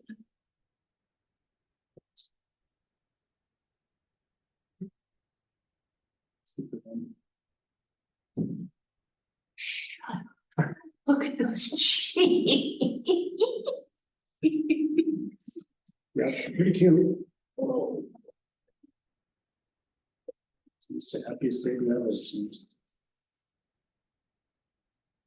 All right, should we get started? Back at it. We are at item number 11, no, number 12. Review and action on intergovernmental agreement between the town of Ridgway, City of Uray County, establishing an affordable housing services administrator. Rusty. Thank you, Mayor. So before you is an IGA establishing an affordable housing services administrator, just said. The town, the city of Uray and Uray County would share cost of the services or the functions of the chosen administrator. You all hopefully remember back, I think it was July, there was a joint work session, joint meeting of all three boards that was arranged to pinpoint initial needs, to inform the work plan of the housing administrator, to inform the development of an IGA. So I guess thinking about it more, there was a joint meeting of all three boards to kind of talk about the idea, and then subsequent to that is when we held a work session. I think that was in July to pinpoint what the town of Ridgway's specific needs were. Those were relayed to Leo, the county attorney, and him and his team put this IGA together over the course of the last several weeks. The Board of County Commissioners met last week to review the first draft of this IGA. I believe there were, I think my understanding based on attending that meeting, a lot of, maybe not a lot, but some unsubstantive type changes to the IGA. And so those changes have been made. I don't remember anything substantive having been called out.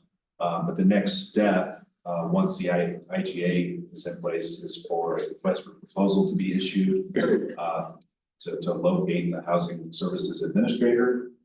It would include a description of all the functions and duties described by all three entities.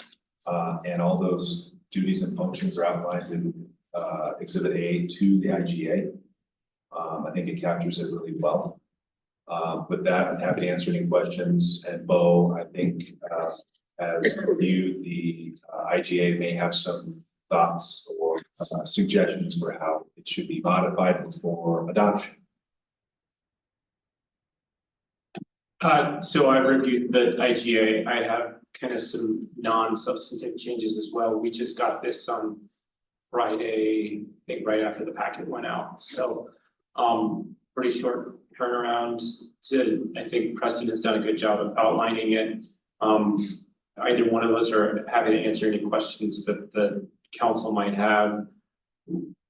I think we'd be comfortable with a motion to approve the IGA with direction to staff to kind of have a back and forth with the county attorney's office and the city attorney to clean up again some non-substantive changes. Okay. Questions, comments up here? Good to see this moving forward. It's come a long way.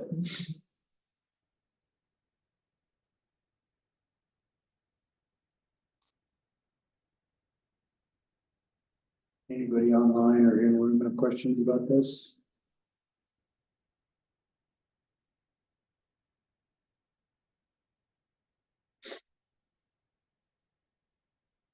Mr. Deeks has to say. Jake, go ahead. Hi, yeah, thanks for considering this and apologize for the short timeline on that. Just wanted to say that the Board of County Commissioners were expecting to have this on our October 15th meeting for passage, hopefully, and the city of Ouray is considering this. Boy, if it wasn't Monday, it's next Monday. And so, yeah, as Preston outlines, this IGA is the first step. And then we'll put out a request for proposals and then hopefully be able to select a housing services provider that can start in the first quarter of 2025, if we can integrate that into our budgets. That's good, thanks.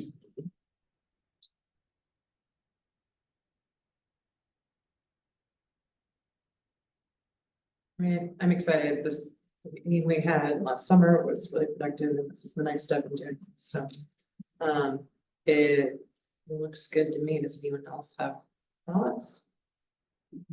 I was really happy to see the home buyer education. And the grant assistance, that I think those things are going to be incredibly helpful and hopefully take some of the pressure off of staff, both or at all three county, town and city levels. Yay. And maybe again, this whole idea of a one-stop shop where you know where you're looking for those. Yeah, so future opportunities. Yeah. So I move to approve the intergovernmental agreement between the town of Ridgway, city of Ouray, and Ouray County establishing an affordable housing services administrator. Seconded. Did we need some conditions on that vote? Yeah, Oh, why don't we get it approved, and then if there could be direction on staff to kind of iron out any non-substantive changes, that'd be good. Okay, motion by Beth, second by Paul. Roll call vote, please. Councilmembers Graham, Aye. Bacon, aye. Skylar, Aye. Scoville, Aye. Mayor Pro Tem Meyer. Aye. And no Polly? Oh, I'm sorry. Polly, okay, sorry. Aye. And Councilmember Corr. Aye. Sorry, Beth. All right, so we need some direction for staff on.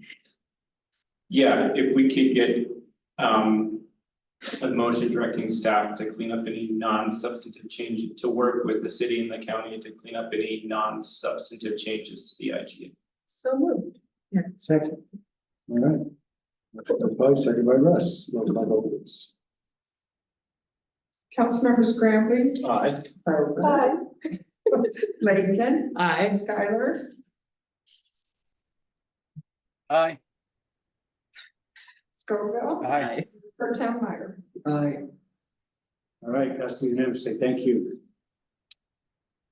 Moving right along, we have the presentation of the draft 2025 fiscal year budget. Pam? Everyone got that in your packet? This is just to meet Yes. statutory deadlines. That's correct. This is being presented to you tonight because we are meeting a statutory deadline for presentation of the 2025 fiscal year budget. I can answer any questions tonight if you'd like, but really this document will be what we'll be using with on our retreat on Saturday, along with a number of other documents. If you'd like me to, I can go through it. I do have a question, and you don't have to answer it tonight, but I want you to put a pin in it for Saturday. Why is the lodging tax number and the lodging tax affordable housing fund number not the same? Because I thought it was a 50-50 split. Because the way that the vote was put into place, Okay. we did not, it was 3 months into 2020. I was trying to find that answer myself, and I couldn't, Pam, and I knew you would know. That's what I would have guessed, yeah. Thank you. I'm confused.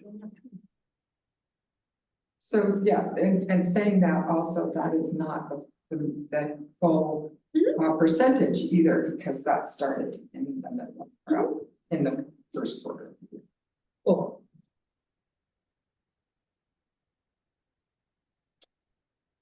What's your pleasure? Do you want to discuss it now? You want to wait? Oh, we have a big day Saturday, so I don't know if we need to. Is there any key things that you feel you need to touch on for this? Tell us to look Specifically? at anything special. I was trying to extrapolate the sales tax based on what you report through August 15th. Oh, okay. And Preston and I had that conversation today. He did his and then I did mine. And mine was. Were you more? And he went, when I told him mine, he went. Maybe. so I divided the number as of August 15th by 7.5 and then multiplied that by 12. Is that not accurate? Well, first of all, sales tax is always 2 months behind. Okay, so it's, So we're looking at prior year and the current year and okay, blah. so And just, yeah, you can't do it that way, but good try. so are you- We all so- know, I actually looked at the numbers, Preston really, he just wagged it, so I. Well, that's you what I can't was blame thinking, why? him. Right.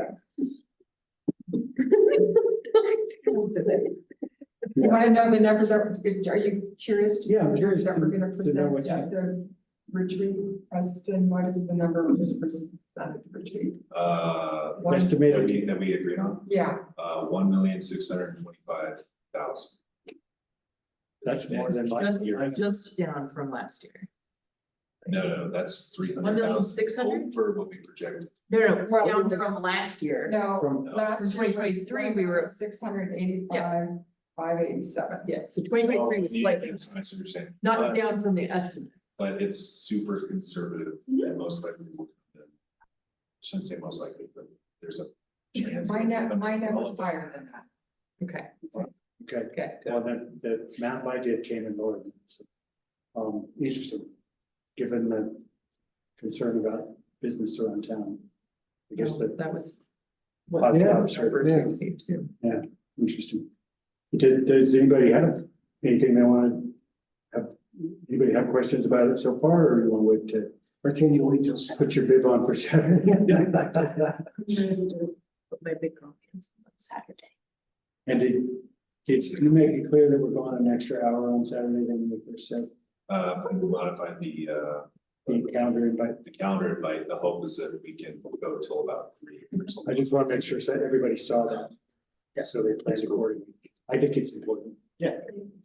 The day's important. It's a great day. Yeah. I love how positive you are. You got me. Okay, questions from people on Zoom or in the room about our budget process? Seeing none, we will move right along. to review and action on target funding amount for the 2025 community grant program. This will be a good discussion. Yeah, so thank you, Mayor. The application materials for the 2025 community grant program were made available for a 45-day window starting August 1st. September 16th was the application deadline. In order for the ad hoc review committee to make recommendations on all the applications that have been received, we'll need a target funding amount set by you all. And we're so here tonight that the request is simply the setting of a not to exceed amount for community funding for the ad hoc review committee to kind of work around it at their meeting. The recommendation is that the not to exceed amount for the 2025 community grant program equal 2% of the general fund operating expenditures in the fiscal year 2024 annual budget. That equates to right around $82,000. So that's it in short. Happy to answer any questions. I'd love to hear what you all think. I have a thought. Go for it. I think jumping to 2% this year after steady growth in this would be kind of a shock to our community organizations. I think 2% is actually a great number. But I would suggest 2.25%, which would put us at like $92,200-ish. And then we consider for fiscal year 2026, the 2% number. But I'm afraid if we jump this year, that's gonna feel pretty shocking to some of our. We're gonna have to make some really hard choices. Can I speak to that really quick? I just wanted to make sure that you understand, we did remove something from the council initiatives page in the budget. There used to be a line item for the juvenile diversion, and it's no longer in there because the town has an agreement for that. Yep. So it's moved to a different place in the budget. I should have said that earlier. It's the one change I made. But that's I think we talked But it's about still, this. we did talk about when it we made, 2 months ago, because I was already on the board, we talked about it. Yeah. How that would be a big drop to go down 2%. Well, no, when we talked about removing juvenile diversion, because that's actually not. Yeah. Ridiculous. Yeah, I'm with Beth on this. I think dropping to 2% from the 2.5 we did last year is, even though we didn't do it on a percentage basis last year, it's like I say, it's gonna make for some really tough choices. We can. Because I know we're gonna probably have at least as much funding requests, not more. Yeah, more likely. What is our, was the, I'm sorry, my brain is about done thinking. How is the new procedure going with the council initiatives and the request for funding? Preston's been dealing with that. So far, we just have received applications and need to arrange the committee once the target funding amount has been set. So haven't gone all the way through the process, but it's going the way it's supposed to so far. And what's the, I don't remember, we may have talked about it, I just don't remember, but what's the idea with the ad hoc committee? Who's gonna, you gonna pick people for that? I don't think I had this memo. It's laid out in those guidelines that were approved. Community members, business owners, representation from local nonprofits. Try to get a wide array of representation. Okay. I agree with going higher. I think 2.25% is. What's everybody else think? I agree with that. 2.25. 2.25 is good. Sure. I move to target up to 92,000. Is that? Do you want the actual dollar amount or just 2% of the 2024 budget? 2.25%. Yeah. For the community grant program funding that the ad hoc review committee funding recommendation shall not exceed. Second. Thanks.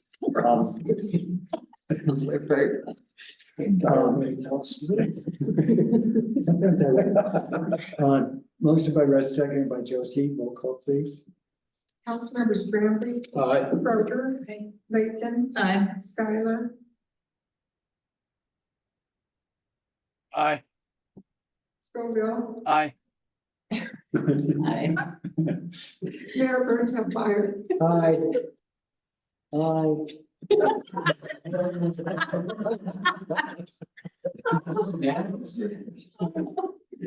So I have a follow-up question. So in this, little table in the memo, it's a percentage of that year's budget. Now, we don't know what our 2025 budget's gonna be, but we're talking about 2.25% of that budget, not the 24 number of it. No, No. we have to go based on the. Previous years. Previous years. Operating expenditures from previous year, just as a target. Which is gonna be, Okay, but Yeah. that's fine. You look at it, 2023 we were the highest we've been, and we had a $300,000 drop, almost $200,000 drop. But so that's fine. That's fine. Just, I was curious about how we go about that. I did the number based on the 2024 number in this chart when I did my math. Okay, all good? So it will actually be a drop from our funding this year, which is not as big. Right. It'll be a 10 grand drop. Okay, I have a quick question. I don't know if you can hear me. we can hear you. Because this is this cost is part of the budget, making a percentage of the budget is kind of a circular reference. Do we actually have to come up with a dollar figure instead? We did it as a percentage of last year's budget. Oh, last year. I didn't hear that. Okay. Yeah, that's just what I was asking. So that's, I think Okay, thank you. the number will be 92 something. Yeah. Okay. All good on that one? Yep. Update on legislation that has passed or is in front of the Colorado General Assembly, and its impacts on Ridgway. Both. Thank you, Mayor. Thank you, Council. So just kind of a quick update on some of the changes to Colorado law and federal law, how it will impact municipalities. Just run down briefly on the Colorado legislative session. It was from January 7th to May 8th, 2024. As the council is likely aware, there was a special legislative session at the end of August to address property tax. But that's not in this presentation. Quick breakdown, there are 35 state senators, 65 representatives, 23 Democrats in the Senate, 12 Republicans for the House, 46 Democrats, 19 Republicans. Our state senator for the moment is Cleve Simpson, and our representative is Mark Kemp. Housing was a big topic for the legislature. HB 241007. It was legislation passed that prohibits local government from limiting the number of people who are unrelated to live in a single family dwelling. This is something that Boulder had forever and a day in terms of trying to limit college students living together. But the goal was to increase housing affordability and options. Also passed 241098. This is going to be a really big impact on leasing and landlord tenant laws now moving forward. Kind of reaction to some of the huge rent increases that you were seeing in the Denver metro area. The goal is to remove no fault evictions. So evictions moving forward throughout the state will really be based on if there's a history of non-payment by the tenant, if the house is being taken off the market, so it could be occupied by a family member, or if you're undertaking substantial repairs of the property. So not necessarily an impact for the town, but an impact on housing in general. HB 241152. This is the ADU bill for the designated metro area in and around Denver. There's the removal of some administrative requirements for the construction of ADUs. Hot button topic for the town as well with respect to what we've considered recently with an ordinance to the town code. HB 241152 doesn't apply because we're outside of the designated area, but TJ and Preston and I have conferred to ensure that we're kind of meeting some of those guidelines under the state bill. Dole is going to conduct a housing wide statewide housing needs assessment this year to look at sustainable and affordable housing opportunities. And lastly, there's been an expansion of some available affordable house tax credits. Turning to the Supreme Court, a couple of decisions affecting municipalities. City of Aspen versus Burlingame Ranch. One, here the city of Aspen constructed some affordable housing, affordable workforce employee housing. City was the contractor. After tenants moved in, they raised concerns about the warranty of habitability with respect to the workmanship of the units. The complaint was brought in both a tort for the warranty of habitability and in contract, breach of contract, arguing that the city did not meet its standards. The tort argument, the city attempted to throw out saying, hey, that doesn't apply. We're protected under governmental immunity. And the Supreme Court agreed and said that if you have a claim both under in color of law or under contract, you need to pursue the contract. And it was not an erosion of some of the Colorado governmental immunity acts that we enjoy. Another case, People versus Howell. This is an interesting case. So Colorado's got what's commonly referred to as the Make My Day statute, which allows you to stand your ground against forced intruders. This is a situation here where a altercation occurred between two private individuals in a public street. One of the individuals was an adjacent homeowner. He ran to the threshold of his house, kind of the doorway, did not enter the residence, and was standing there when the other individual approached him. He then fired and killed the individual and claimed protections under Make My Day. The Supreme Court disagreed and said, no, an uncovered, unenclosed, and unsecured doorstep is not part of a dwelling, and therefore you can't claim that protection under the forced intruder statute. Miller versus Crested Butte. You guys might have seen this one in the news. This is where the child fell off of the ski lift 2 years ago. And so again, there was two claims of negligence against Mount Crested Butte. One was that there was negligence in the manner in which the ski lift was operated, and then the other was just that there had a higher duty of care due to the nature of the operation. You know, pretty kind of dangerous activity, riding a ski lift and being out there. The Supreme Court held, well, no, you don't have that higher duty of care. Because you still have those waivers that you get on the back of your lift ticket and everything else. And so those are still protections. And so it just went to a negligence claim. And lastly, another Supreme Court case that has been remanded to the Court of Appeals is a local case. Again, might have seen it in the paper. This is the city of Olathe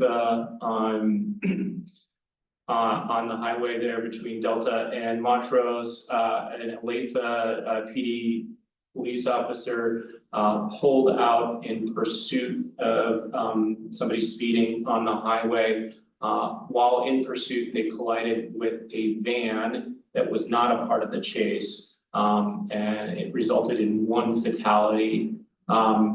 There was a 30-second gap from when the officer pulled out in pursuit and the incident occurred where the officer did not turn on its siren, lights and siren. Olathe was claiming governmental immunity. Supreme Court said, well, not necessarily.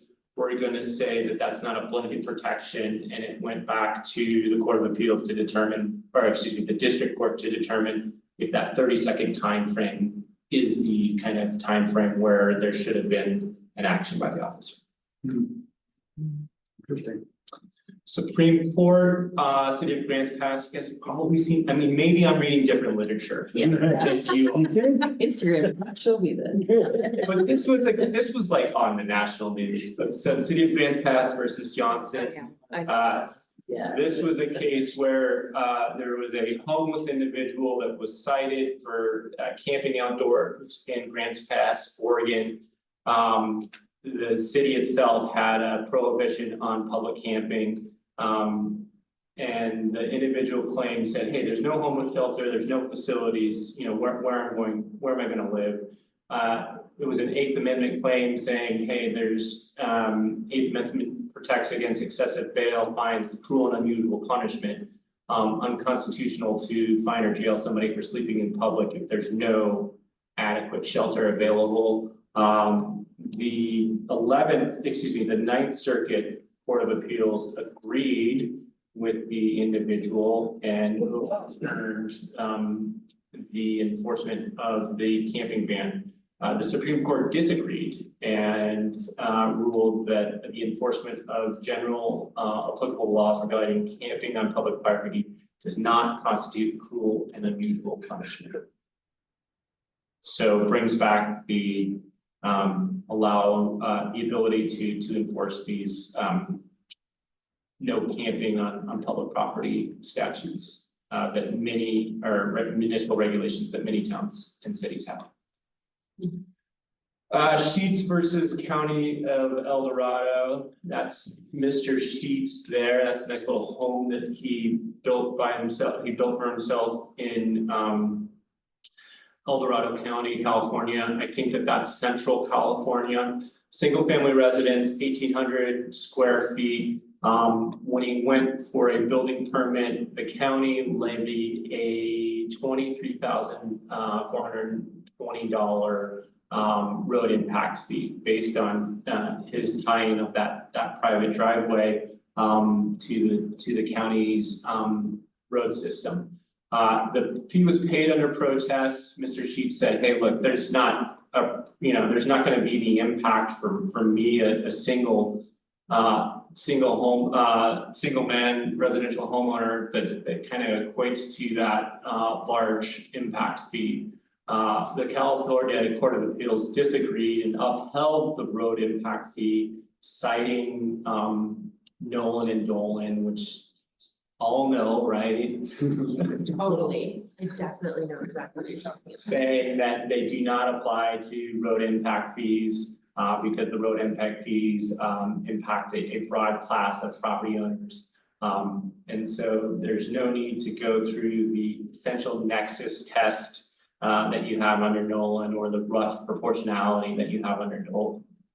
Supreme Court disagreed and said that the government cannot require a person to relinquish a constitutional right in exchange for a discretionary benefit. A land use permit condition is constitutional only if there's an essential nexus or proportionality between the government's demand and the proposed land use. Of everything that we've covered tonight, this is probably going to have the greatest impact, in my opinion, moving forward. So this one here would be if there's somebody who wanted to do something and there wasn't curb gutter and sidewalk. And our typical would be to say, okay, you can do that as long as you do curb gutter sidewalk, and this is saying, we can't say that. Is that right? No, we can say that, but we need to establish that there's a proportionality between the curb gutter and sidewalk and our demand. So, you know, it could be a situation hypothetically where somebody's at the end of a cul-de-sac or at the end of a dead end street and they're saying, why am I putting, this is sidewalk to nowhere here. Why are you ordering that I'm having to put this in? Where's the proportionality? Okay. All right, so that's kind of the main update on legislation for the past year. But big impact moving forward in 2025 and beyond is natural medicine, which the regulation at the state level is a lot different than the regulation of marijuana. As you all likely know, marijuana is a dual licensing framework where you receive a local license and you receive a state license, and allows for jurisdictions to opt out. Natural medicine does not have that same dual licensing framework. It's just the licensing issued at the state level by the Department of Revenue. Next slide, please. This goes back to Proposition 122, which was passed November of 2022, which now currently authorizes natural medicine. Psilocybin is the only type of natural medicine that's authorized until 2026. Post 2026, it's envisioned that I apologize. I'm not trying to. I don't know enough about natural medicine. I don't know what things are, but ibogaine, mescaline, and dimethyltryptamine. Yeah. So those could potentially be licensed and regulated after 2026. Dimethyltryptamine, much more commonly known as DMT. Currently, you're allowed to share psilocybin with an adult in the context of spiritual guidance, counseling, community-based use, supportive use or related services, so long as you're not paid for it and so long as there's no public display of consumption. In 2000, at the last year's legislative session, the state legislature passed Senate Bill 2023 in an effort to clean up the guidelines from Proposition 122, which is the implementation of the natural medicine regulatory framework. So today, again, you're allowed for personal cultivation of psilocybin mushrooms on not more than a 12 by 12 foot locked and enclosed space on private property. Beginning in January of 2025, the Department of Revenue will begin issuing licenses for natural medicine, either natural medicine clinics, natural medicine grow facilities, natural medicine testing facilities, natural medicine transportation. So because there's not a dual licensing framework, there's pretty limited regulation which can be undertaken at the local level. Local jurisdictions cannot prohibit the establishment or operation of any licensed facility, provided there's a valid license by the Department of Revenue. Cannot prohibit the transportation of natural medicine through their jurisdiction, and cannot adopt ordinances or regulations that are unreasonable or a conflict with the bill. There is a 1,000 foot setback from generally schools, daycare facilities. That can be amended or zoned, but again, you can't be overly restrictive with that distance restriction. So bottom line, what can be done at the local level? It goes to what we're allowed to do on other zoning aspects, time, place, and manner restrictions. Signage, location and zoning, business licensing, hours of operation, distance from schools. What are other jurisdictions doing? The city of Parker passed legislation that said that their facilities are not allowed within 1,000 feet from any residential use, and then limited hours 8 to 5.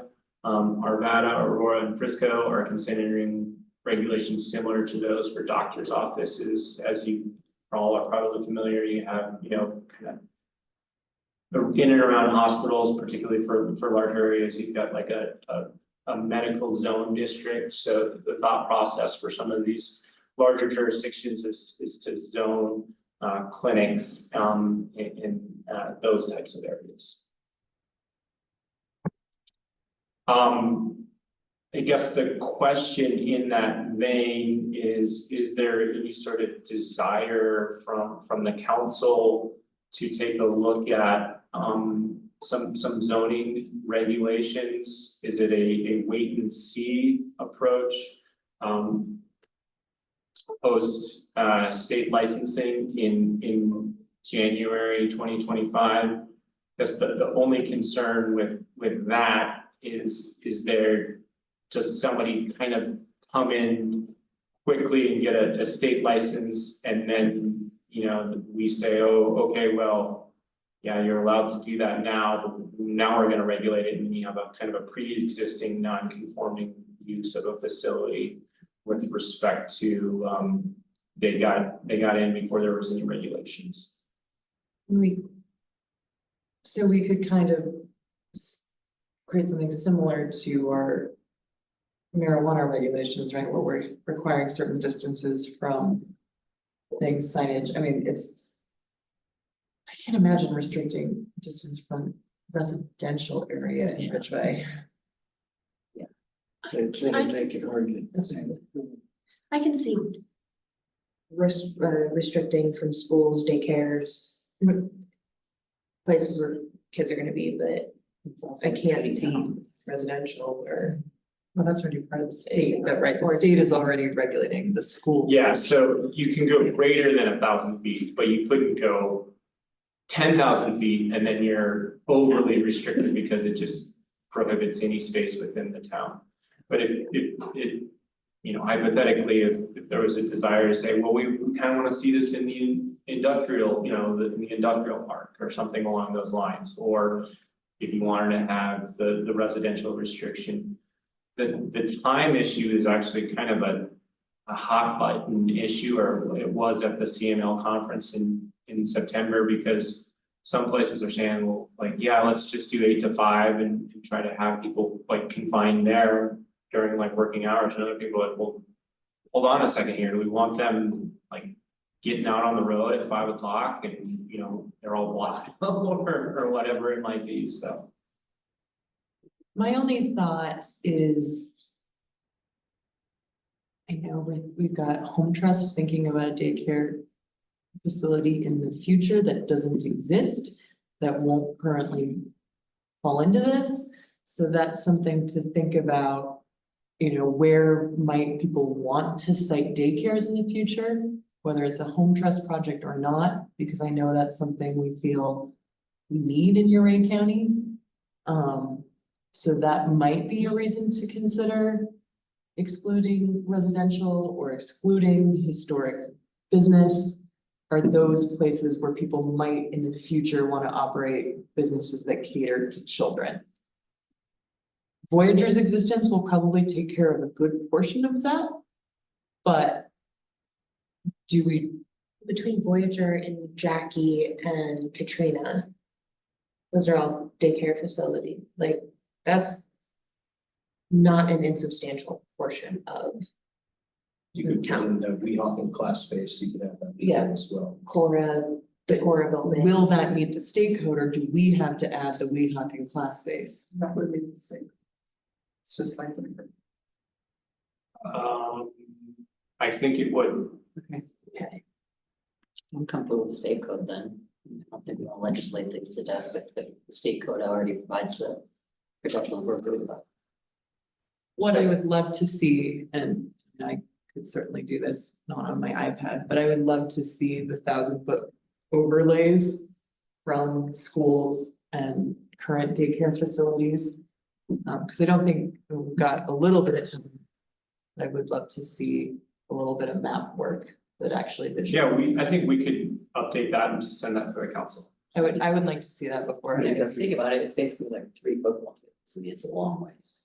Yeah, I think it's. Yeah, it does, I remember looking at it before with the dispensary issue, and it didn't leave many places. Yeah, because we are such a small town. Yeah. Yeah. I mean, like 1,000 feet is still reasonable. Have we had people actively reach out? No, not that I'm aware of. Again, it goes to the state now. I attended a seminar on this, and a representative from the Department of Revenue spoke, and they had indicated that they've received like 60 inquiries in total with respect to licensing clinics, licensing, all of the different types of licenses. So the Department of Revenue is not anticipating to see a large number of licenses. I guess I'm a little bit,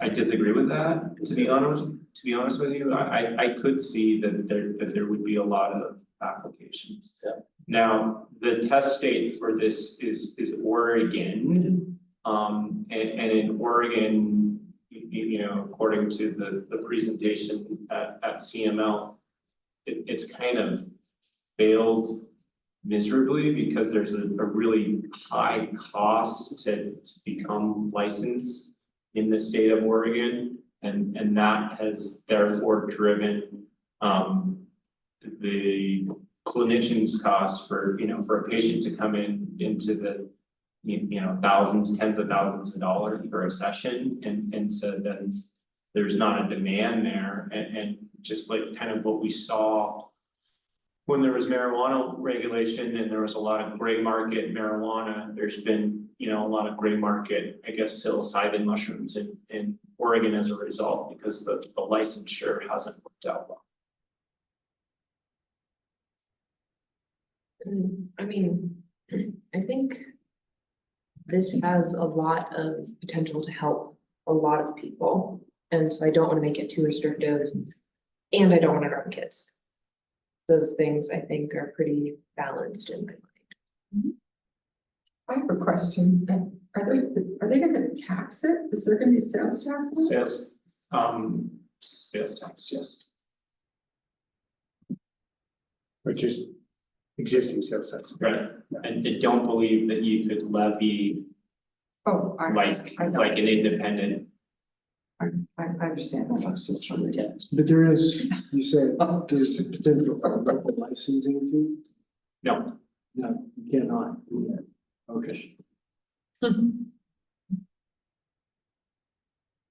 we'll get you all a map and maybe even some samples of what other jurisdictions are doing, just so you can see it, and we can go from there. I thought you were gonna say samples. I was like, the sample, think about.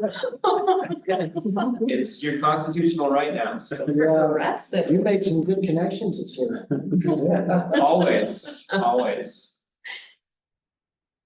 Thanks, Paul. That's very helpful.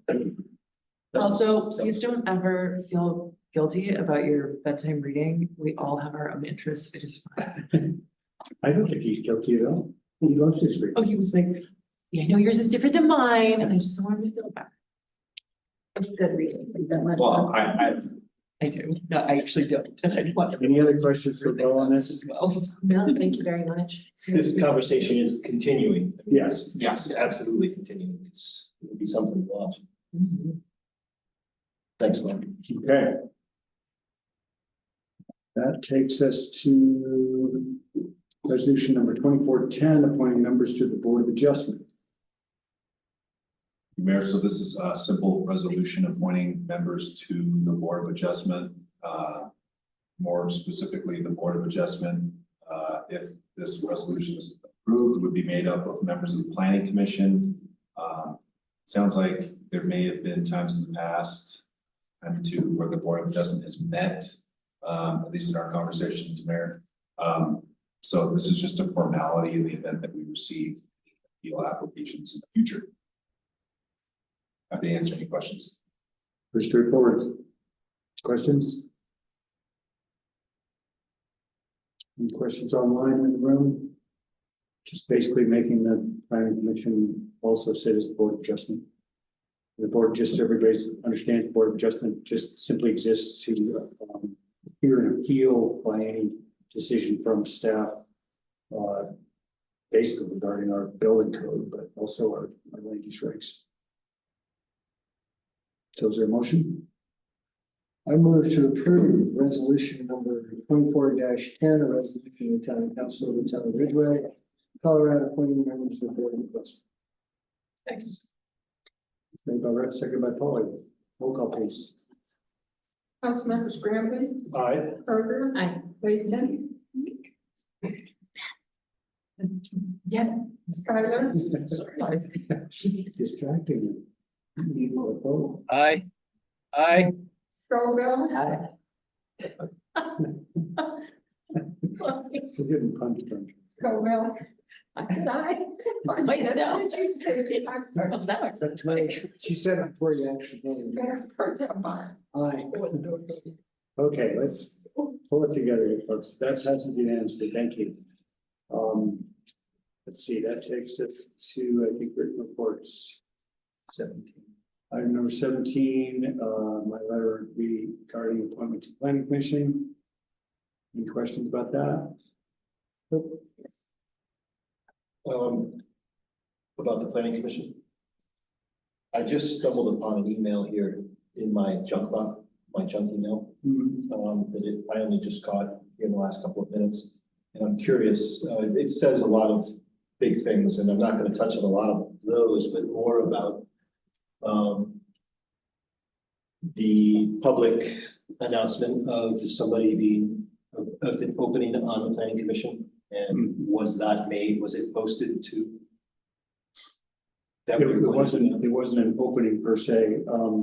I've had some conversations and I've been thinking about this since Preston basically brought it to me for this month's meeting. And it does seem like we probably need to maybe readjust our policy on this so that when someone's term on the planning commission is coming up, that we advertise the position and make it open to anyone to apply, including the sitting person. Especially since they're 6-year terms. Yeah. All of our terms are 2 years. Yeah, 6 years. I think that's the other thing that we should reconsider is maybe make it a shorter term.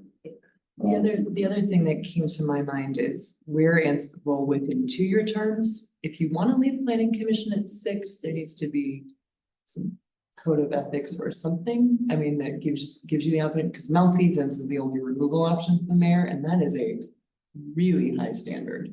And I'm not saying that's coming into play right now, but malfeasance is you have messed up only in the situation, as I understand, like of that board, not this could be someone accused, which is not in this situation, but it could be someone accused of sexual assault. It could be someone accused of child pornography, and that wouldn't be malfeasance. Well, yeah, I think it would be probably a good idea for us to visit the planning commission bylaws, maybe. We consider the term length and also we consider the policy for how we make openings available to anybody. Yeah, I definitely think that should be open to the community to know that that position is open. We went for a classic example of small town government. For many years, the planning commission just, we may have had terms, but nobody really paid attention to them. And as long as somebody wanted to serve, they served. Probably right around the time you came on board, was it? Or was it, well, Jen was still town manager. We revisited the terms, we got everybody kind of staggered. I think Doug McFarland was involved, so maybe it was before your time. I don't remember. Yeah, I think they were in place before I got here. So we set it up to where it was more formal and more organized than it had been in quite some time, if ever. And I think it's time to reconsider it a little more. Whether we send it to the planning commission to talk about, or whether we have staff just kind of take a look based on what we've been discussing right now and come back to us with a proposal for some changes. Yeah, those, I mean, that's codified in the code, term lengths and such, so yeah, we could, happy to look at that. Okay. And then just another simple note, because I noticed it's not on the website for us, but I think listing on the website our term expirations, and the same thing for the planning commission, instead of because the planning commission right now is just listed, breaking it down that shows the term expiration, and that should also go for us, so people know. Yeah, I think that's a good point. Jay. Excuse me, Oh. what was that? On the website, it would be really helpful for people to be able to just quickly see right there with my name and phone number and all that. Oh, that's scary. Sorry, Jake, we're not gonna be able to hear you unless, 1 second. hold on a second.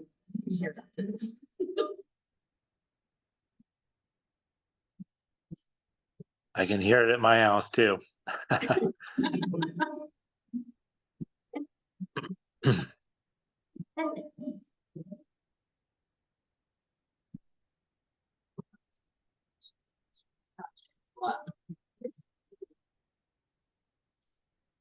Okay, Jake, try again.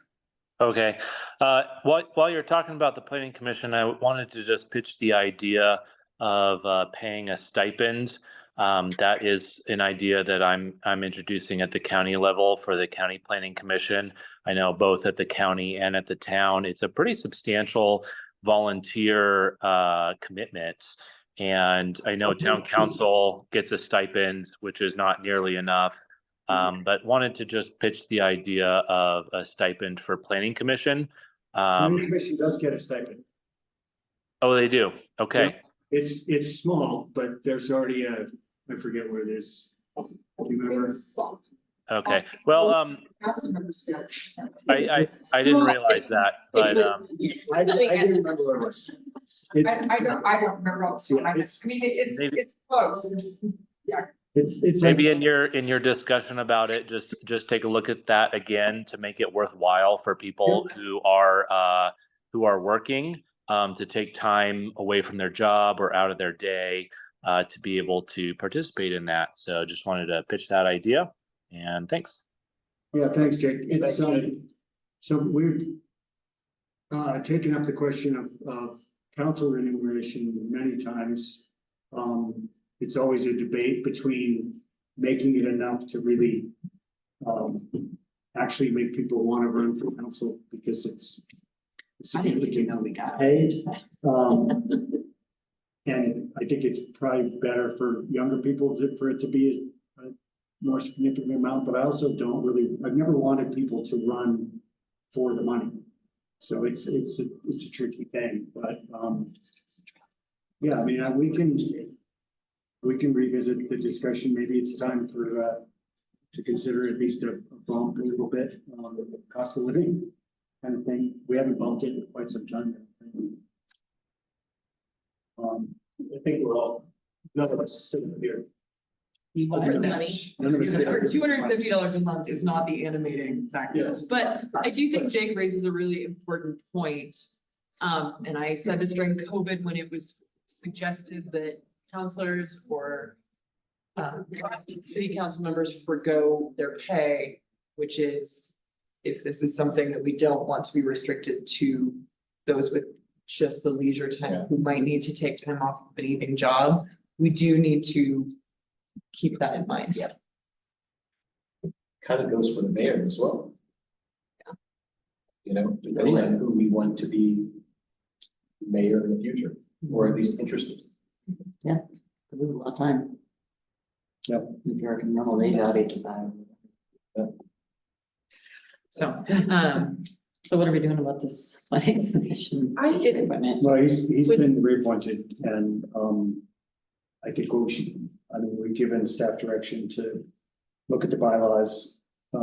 Maybe give us some suggestions for shortening the terms and also create a process where when a term ends, that person is asked if they want to be considered for reappointment. We also open it up to the public too.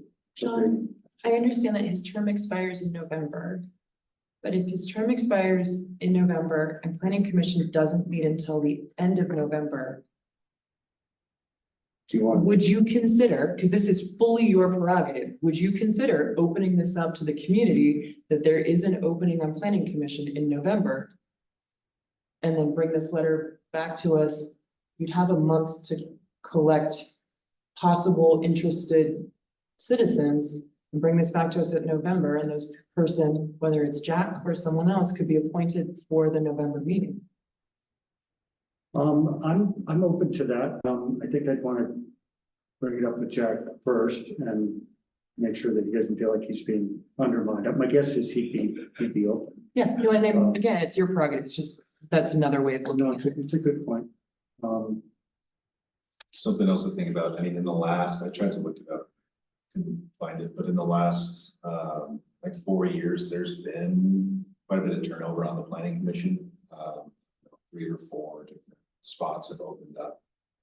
And what I was trying to look up was, Mr. Petroselli was appointed to fill someone's remaining term when they resigned. I don't remember who it was. So he hasn't, filled the full term. It's only been, I'd be making it up, but a year and a half, maybe 2 years. It was somewhere there. It's like, I think it's between two. As the other council planning commission member. Either way, I mean, yeah, if you wanna open it up, that's fine. With the correct guidelines, or I have no qualms with you going ahead and appointing him as is, but, you know, if you wanna open it up, I have no issues with that. Question for staff, has anyone called to ask about openings on the planning commission list?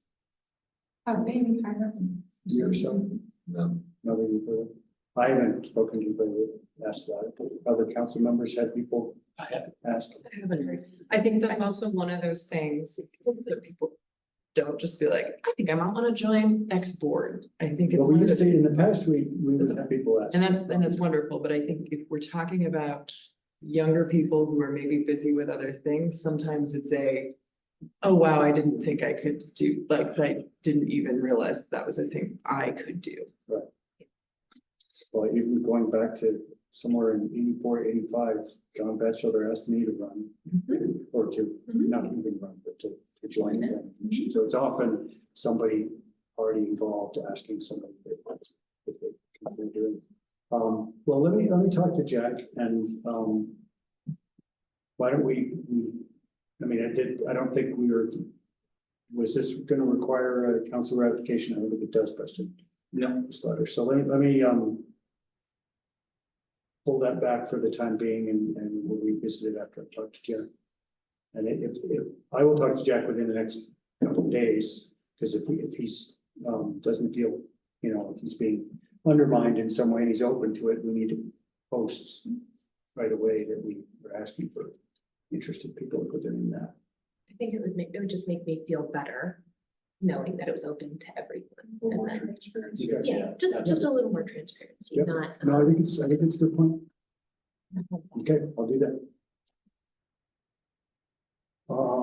Is item number 18, is Rodney coming in, or somebody on staff giving that report? It's a written report. Rodney's hopefully fast asleep. This was the most fascinating, in-depth report about mosquito affairs I've been reading. I'm into this.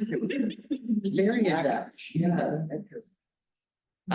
Tilreddy, thank you so much. Actually, this was Fascinating. This was really cool to have it put together in just a couple pages, what this all entails. Yeah, I've been aware of Vector Back for quite some time. I've heard about it, but this was the first written report, and that's how I like to receive information. Bacillus thuringiensis. Huh? That's the Say it again. That's the subspecies that eats the larvae. It's a biological control. It's neat. It's pretty cool, and it's been around for a while, which is also cool. That works pretty well. Yep. Yeah, so do pass on our gratitude to Rodney, and tell him that everybody loved reading his report. It was interesting. Not at all sarcastically, genuinely loved reading this report. You can tell them that we were all abuzz about it. That was silly. You should put that in the manager's report. Did you hear about the mosquito report? The council called us. Okay. All right, moving right along. Item number 19, the 2024 noxious weed management report. And again, I apologize if anybody online, our attendance is getting smaller by the item. If anybody had questions about the mosquito report, please raise your hand. Tom, I know you're fascinated by mosquitoes. I wish, sorry, I'm looking at the noxious. Okay, back to the noxious weed. Some of these compliments about how we're moving forward could be candidates for throwing on an image as on social media, because we've had a lot of complaints about using some herbicides. And I think it would be really great for the public to know that we're making some progress on some of our most awful noxious weed populations. We still have work to do, but I think that would be really key. I thought. And maybe not exciting, but No, I agree. I thought the same thing. I think we need to tout our successes, especially on things like this. So I totally agree. Like when the county conducted a weed pull day, we were unable to find spotted knapweed to show volunteers. There were no numbers. That's very cool. that's so, because this was pretty contentious when was that 2 or 3 years ago? 2023. When we started. So. Yes. Are we gonna open this up to the public? Noxious weeds? Yeah. Anybody, noxious weeds? Anybody want to talk about weeds? Yep.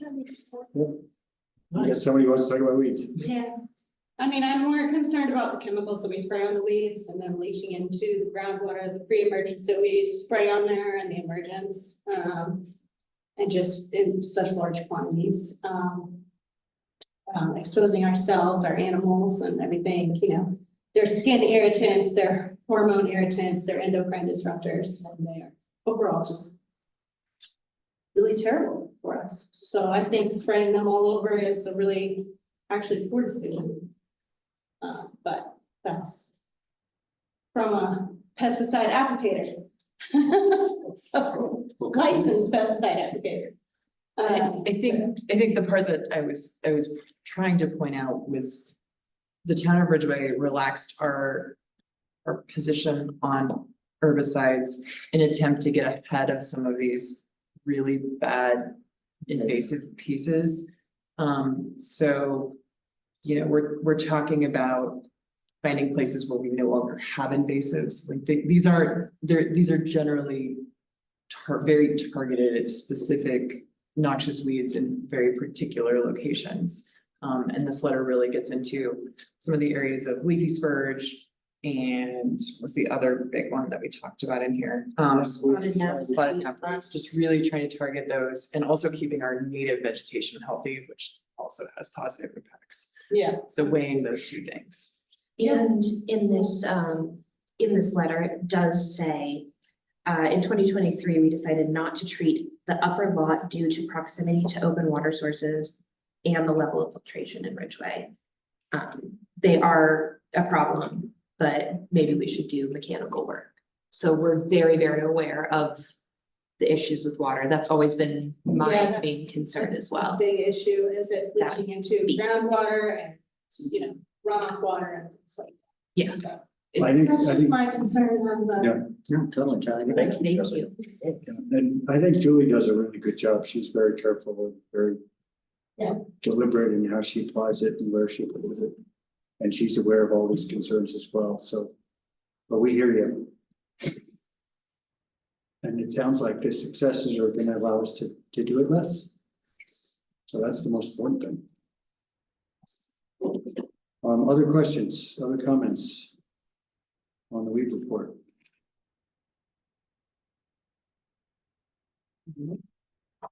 None, and we are moving on to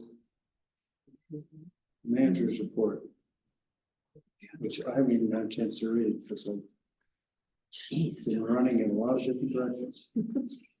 A lot of it's the mosquito. Happy to answer any questions in this report.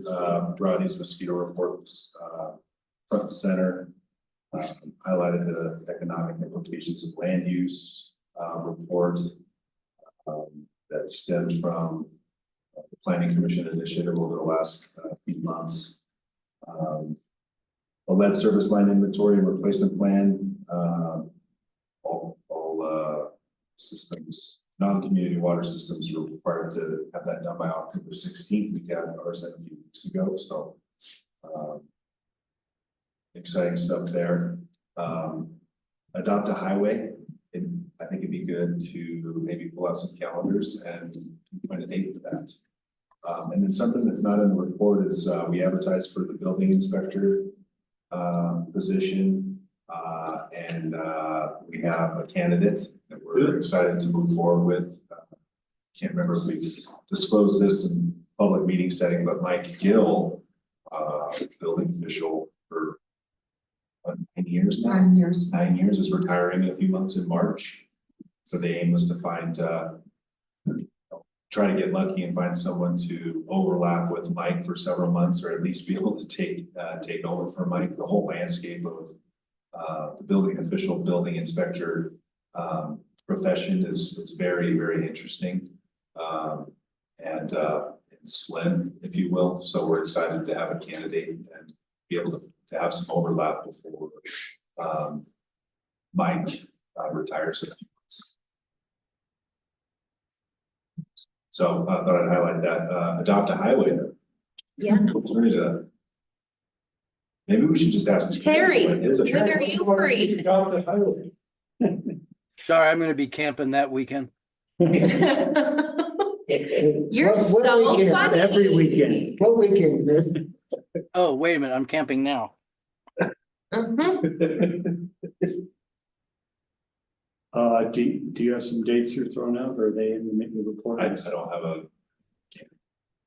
I could do I know this might be a 4-day weekend for Beth, but 26th. I'm gone, but go for it. The 2nd, I can do that. 9th, I can do that. I can't be the one. I think we should do it sooner than later, so the second maybe. 2nd. I'm about 50-50. Terry? I've got nothing on my calendar at the moment. Block it out. I need it out. November 2nd. Yes. Sounds like On a Saturday. Yeah. No football will be disrupted. No, pro, Pro football. it's college. Oh. College. I do my best, That's guys, I first love thing. sport. To get it done quickly. So we're talking 9 to noon.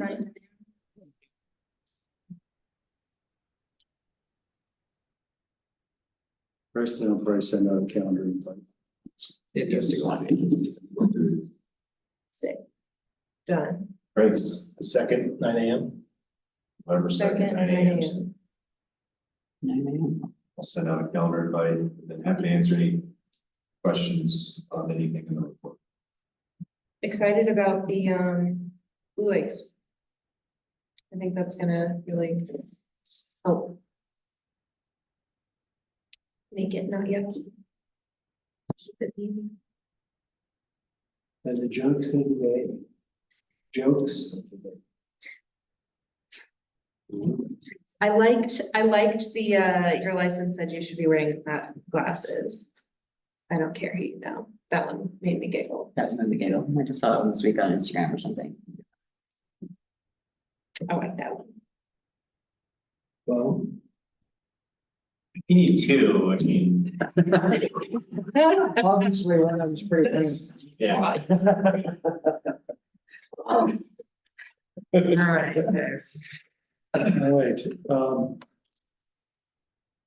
Are there any committee reports? I do have a super brief one from Parks, Trails and Open Spaces. They mostly being Dave, he was kind of thinking and has brought up several times, trying to get the parks watering systems on automated watering systems that are smart systems that if it's raining, is not gonna also water the That's what grass. it is. We just did irrigation in our house. We've used less water than we've ever used, and it's Yeah. amazing because it's a smart system. I think it's a very valid idea, and I've brought this point up to Pam and Preston, but since we got that letter from the kiddo about the park system, I do think that if we're going to put in new playground equipment, we should have kids be involved, like whether that's just me going to the school and being like, all right, guys, what do you want? And then we can have like a. That's probably never gonna turn their day into the kids. It's cool, in-ground, merry-ground. I'm like, those are awful. My kids hate those, all my friends hate those, she's like, oh, so like just getting that feedback from the Yeah. kids who are actually using them. And you actually, know, that's like- such a fun opportunity for like middle school age kids who are just aged out, but maybe have a little more language. Yeah. That would be a really cool opportunity to engage with them. Definitely. I agree. And there was. Youth council to help us with that. Oh, they could. That's actually what I thought you were gonna say. Sorry, no, middle but school they're, is great too. but then I just think that, you know, we always think about high schoolers as engaging, but I don't know. We can get the middle school. Oh, yeah, I was thinking middle school and elementary, even, like But going they'll, into they'll the. tell high schoolers way more than they'll tell us. Oh, God. On the weather sensing stuff, we have our growing water smart action plan, which we'll be talking about on Saturday. Awesome. So. Cool, I just thought I would be remiss if I didn't say those things aloud. Anything else? Executive session? We have an executive session. The Sustainability Advisory Board did not meet this month due to scheduling conflicts. So no Okay. report. There is a Fuse Group happy hour at 4:30 to 6:30 tomorrow in Decker Room. Sounds good. Swing on by, hang out, say hello. 4:30 to 6:30? 4:30 to 6:30.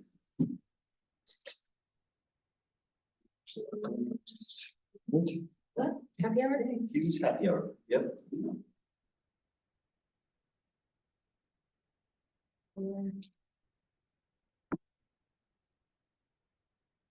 Cool, thank you. Nope. All right, or do we have a citation for executive session? I think Preston's got it. Do you want to give it Preston? That's here. Yeah, Mayor, if we could get a motion to go into executive session pursuant to 24-6-024 F for a discussion of personnel matter concerning the town manager's annual performance evaluation. Say something. So moved. Second. Motion made by Kevin, seconded by Russ. Roll call vote, please. Thanks, Tom. You Tom. Councilmembers Grambling, Aye. Carter. She's saying yes. Lakin, Yeah, aye. Skylar, Aye. Scoville, Aye. and Mayor Pro Tem Meyer. Aye. All right. Buddy, you want to send me the script and I'll just sent it to you. Oh, you did? Get it? Joanna, Lars, if you're still on, we need you to hop off Zoom so we can have our executive session. Thank you.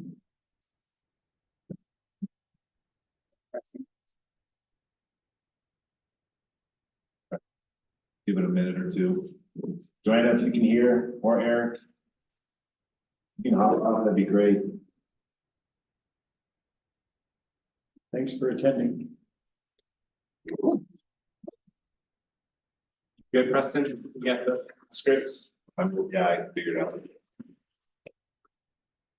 I think. Thanks, guys. Thanks. Thank you. Bye, guys.